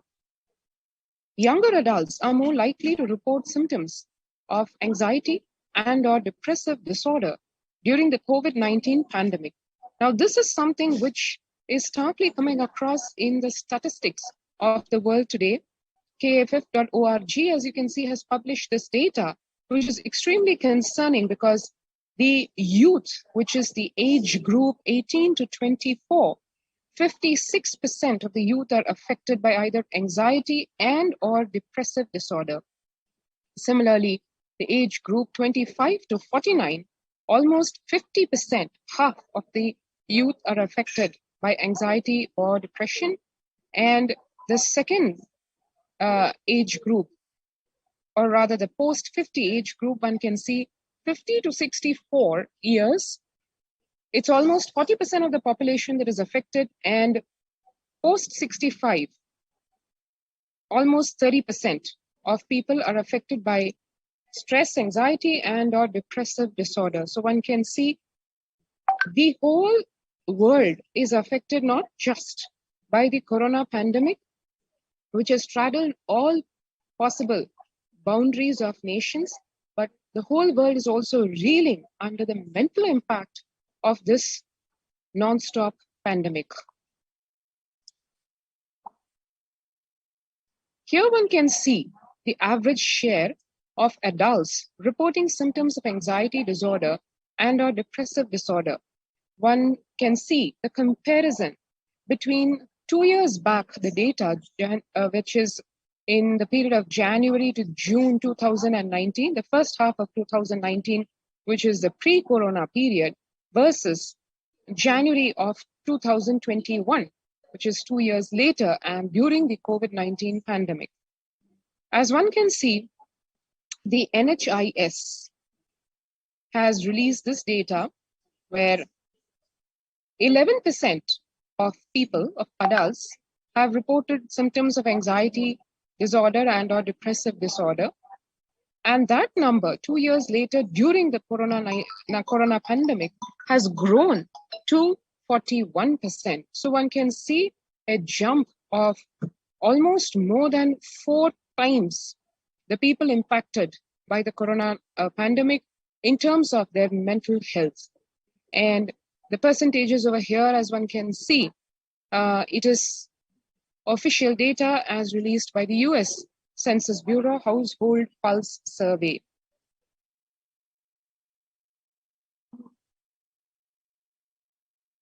And the graph similarly about the share of adults in various age groups, as we saw. And when a survey was conducted, and it was published in the hrexecutive.com website, where employees were surveyed as to how they felt more than half the time at work. Now, one would naturally expect at the workplace various positive feelings, driving factors like ambition, success, career, and camaraderie, working in a cooperative ambience. All these things is what in a normal course of things one would imagine or one is used to seeing at the workplace, where we talk about work-life balance and healthy workplace and all those good things. But today, when this survey was conducted in today's world, what the employees say they feel more than half the time at work is a very concerning statistics also, where 34% of the people feel they are tired, 34% feel they are stressed out, 27% feel burnt out, 22% say that more than 50% of the time, more than half of the time at the workplace, they feel discouraged, and 19% are distracted, 17% are depressed, more than half of the time. So one can see these are not some of the usual parameters that would be measured in the workplace under normal circumstances. But here we are, where in the corona pandemic time, the central thing which is ruling the minds of the people practically is extreme concern stress, anxiety about their future in terms of their health, their physical health, their mental health, the health of their family, future, the security of their family, economic security, and a whole battery of other factors which have now come to rule the psyche of people at large. Here one can see another glaring sign of where the world is today in none other than the United States of America itself. The whole corona pandemic has been declared to be a national mental health crisis. And that's because, as you can see, in terms of the studies, nearly 8 in 10, which is 78%, say the coronavirus pandemic is a significant source of stress in their life. Nearly 7 in 10 say they have experienced increased stress over the course of the pandemic. And when one sees what the essential workers are going through, the frontline defense, the healthcare workers are going through, 1 in 4 essential workers, which is 25% of the healthcare workers are diagnosed with mental health disorder themselves since the start of the pandemic. Needless to say, it is these very essential workers who have taken on the mantle of serving people, serving the society, serving humanity to overcome the physical disease of corona as well as the accompanying mental stresses, and to give people the courage that we will be out of this pralaya. But here we are where the essential workers themselves are now 25% of them, as per the statistics, show that they themselves are impacted by the mental health disorder, especially since the start of the pandemic. And here one can see where COVID-19 could exacerbate doctors' existing mental health burden. More than 60,000 US healthcare workers have contracted COVID-19, 300 have died, an estimated 300 to 400 physicians die by suicide every year. This is what we have in comparison. And of the health workers who treated patients during this COVID-19 outbreak, 50%, half of them showed signs of depression, 45% showed signs of anxiety, according to just preliminary research. So one can see here, the pandemic is not something that is affecting only a segment of the population, which one could attribute to being vulnerable mentally or having low immunity, etc. But here we have where across all segments, across various age groups, 30% to almost 80% of people are impacted in various ways, physical, mental, psychological, in every which way by the ongoing pandemic.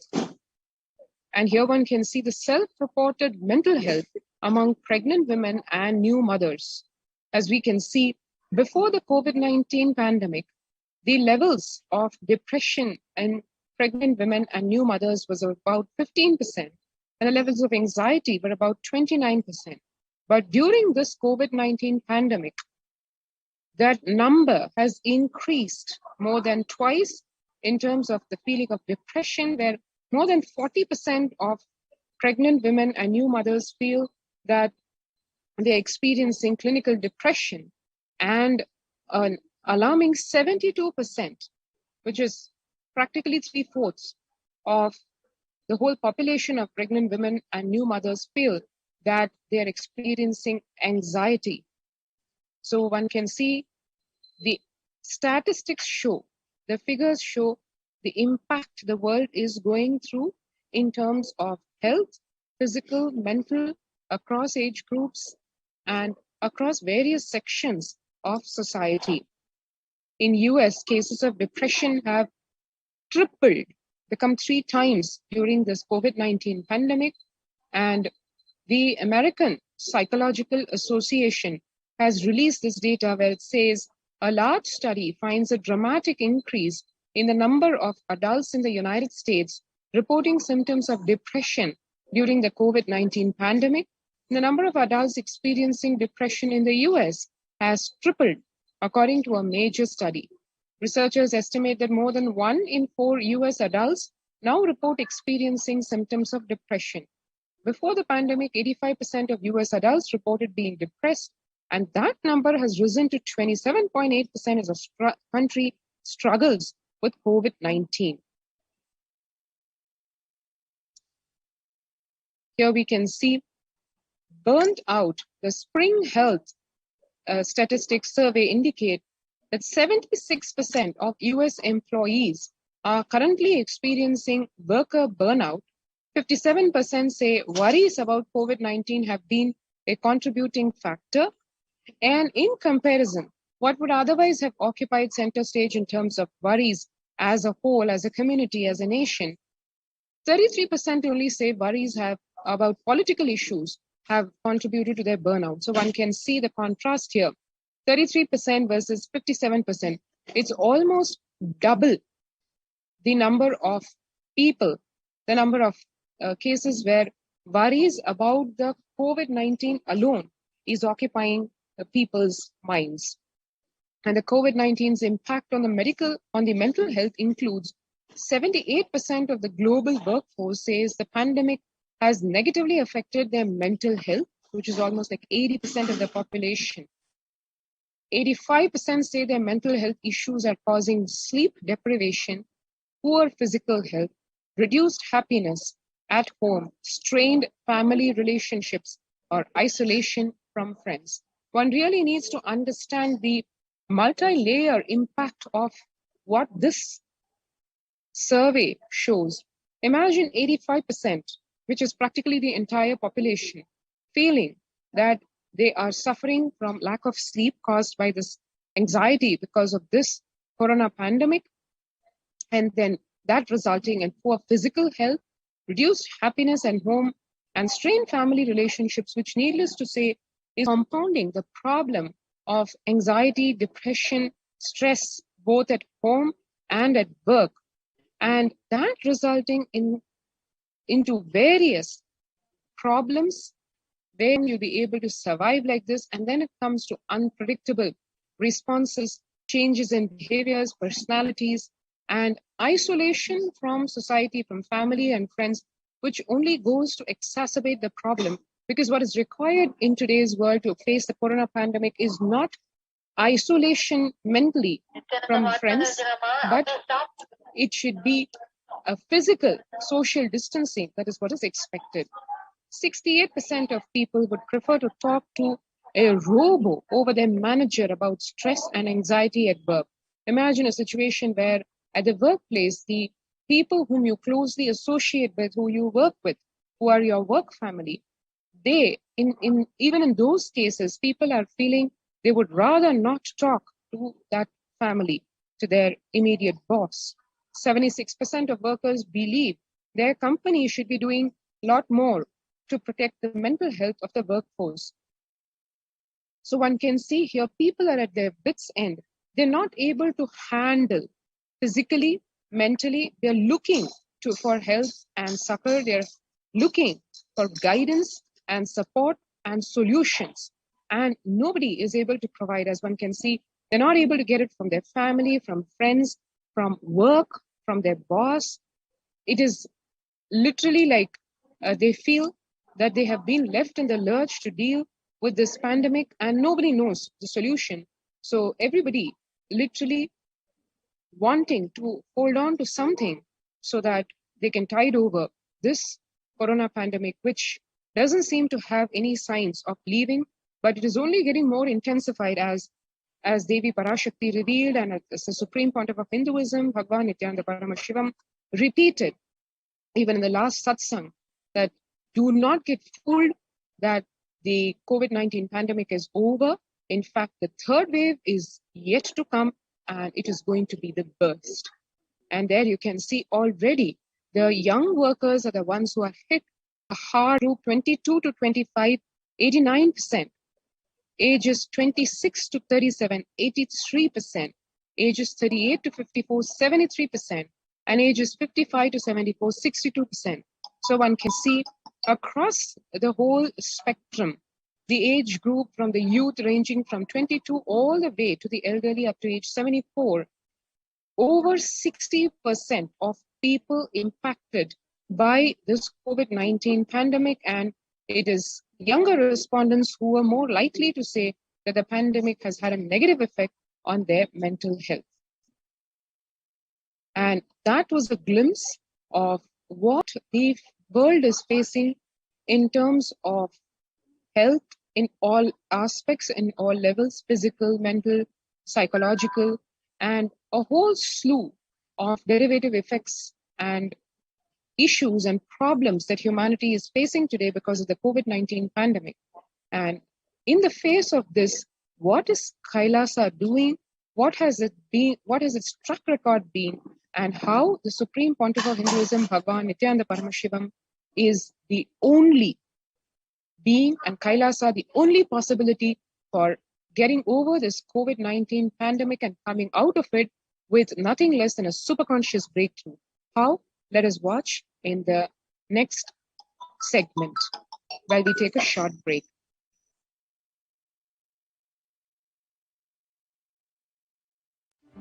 One or two times have Ganapati Darshan, Venkateshwara Bhava Samadhi Darshan, Devi Bhava Samadhi Darshan. By third time, fourth time, you will see every prayer you are asking those beings, Ganapati.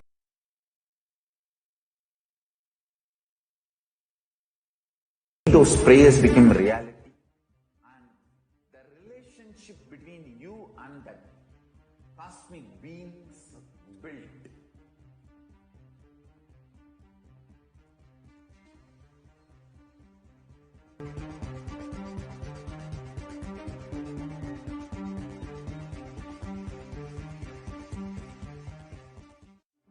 One or two times have Ganapati Darshan, Venkateshwara Bhava Samadhi Darshan, Devi Bhava Samadhi Darshan. By third time, fourth time, you will see every prayer you are asking those beings, Ganapati or Parashakti. Simply those prayers become reality, and the relationship between you and that cosmic beings built.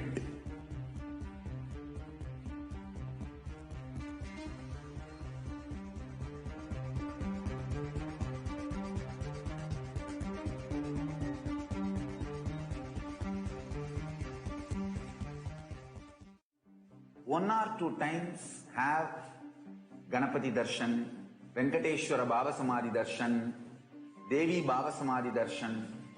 By third time, fourth time, you will see every prayer you are asking those. There are some great spiritual sciences unique to Hinduism. Subtle, otherworldly, but definitive sign. Manifesting the cosmic beings in Archavatara, deities in Nijavatara, living incarnations is possible. Understand?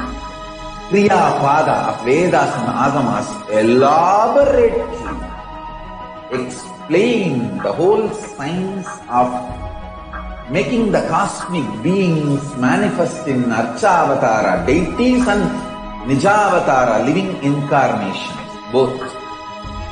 During the Bhava Samadhi Darshan, literally those cosmic beings manifest through this body. Just like how they manifest in Archavatara, deity, they manifest in Nijavatara, Pratyakshavatara, and give you all the boons you ask, bless you. You see, each God is an independent intelligence to lead you to enlightenment. Each God is a bridge for you to achieve the Shivatva, the ultimate Shiva consciousness. Krishna is the bridge for you to achieve the Krishna consciousness. But Shiva consciousness, Krishna consciousness, all consciousness is one and the same. Ultimate consciousness only. So that energy itself completely expresses. Just like Radhika, when I see my own sweetness in the mirror, I become eager to taste it. only way to relish the sweetness is through the constitution of Sri Radhika. BHAVA Samadhi Darshan is a window to the infinite expanse of consciousness, allowing us to glimpse the formless in a way that we can understand. It cleanses the karmas of lifetimes. It awakens our biomemory to the space of Paramashiva, the ultimate consciousness, and creates a deep and lasting transformation in us.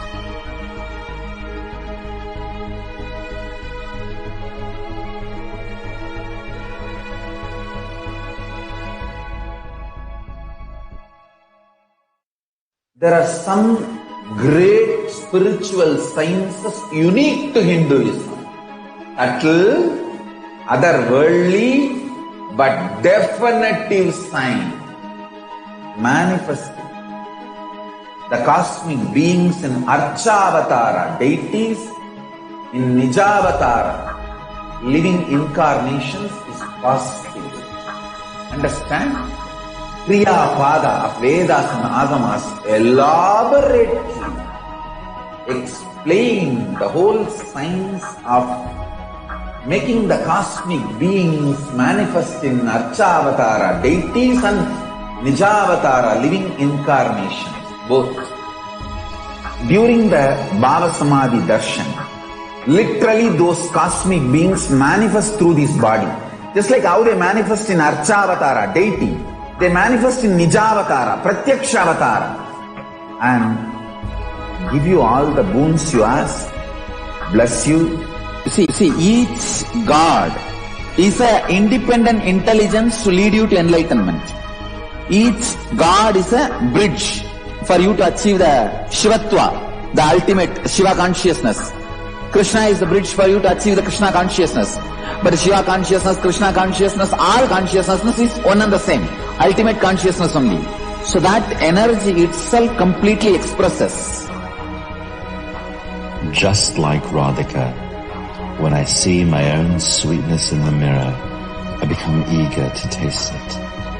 I find that the only way to relish the sweetness is through the constitution of Sri Radhika. BHAVA Samadhi Darshan is a window to the infinite expanse of consciousness, allowing us to glimpse the formless in a way that we can understand. It cleanses the karmas of lifetimes.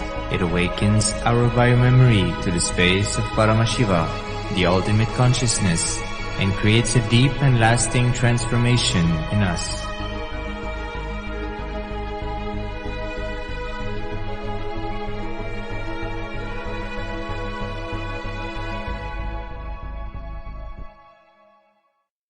There are some great spiritual sciences unique to Hinduism.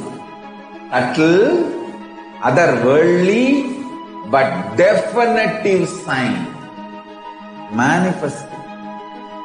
The cosmic beings in Archavatara, deities, in Nijavatara, living incarnations is possible. Understand?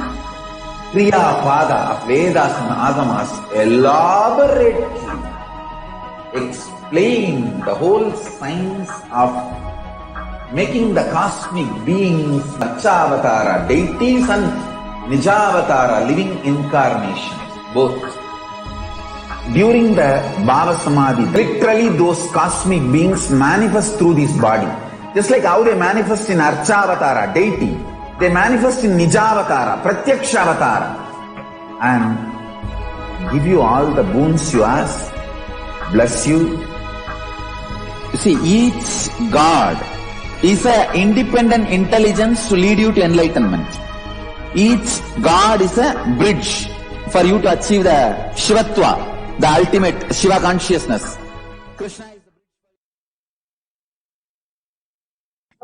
Nithyanandam. The next segment is going to be about the contributions from Kailasa's Department of Human Services. Kailasa's Department of Religion and Worship, the Department of Human Services, and each of the Kailasa's temple ecosystems consider the right of happiness to be the highest fundamental right of all humans, in fact, all beings. The ultimate goal for Hinduism and Kailasa led by the Supreme Pontiff of Hinduism, Jagadguru Mahasannidhanam. His Divine Holiness Bhagavan Nithyananda Paramashivam is the material and the spiritual well-being and the prosperity of the humanity. Kailasa is a place where everything related to consciousness is revived. All these sampradayas, all these spiritual ecosystems created for enlightenment will be revived and established in such a way that it never gets lost again, forever serving the humanity. Now let us look into some of the beautiful contributions from the Department of Human Services.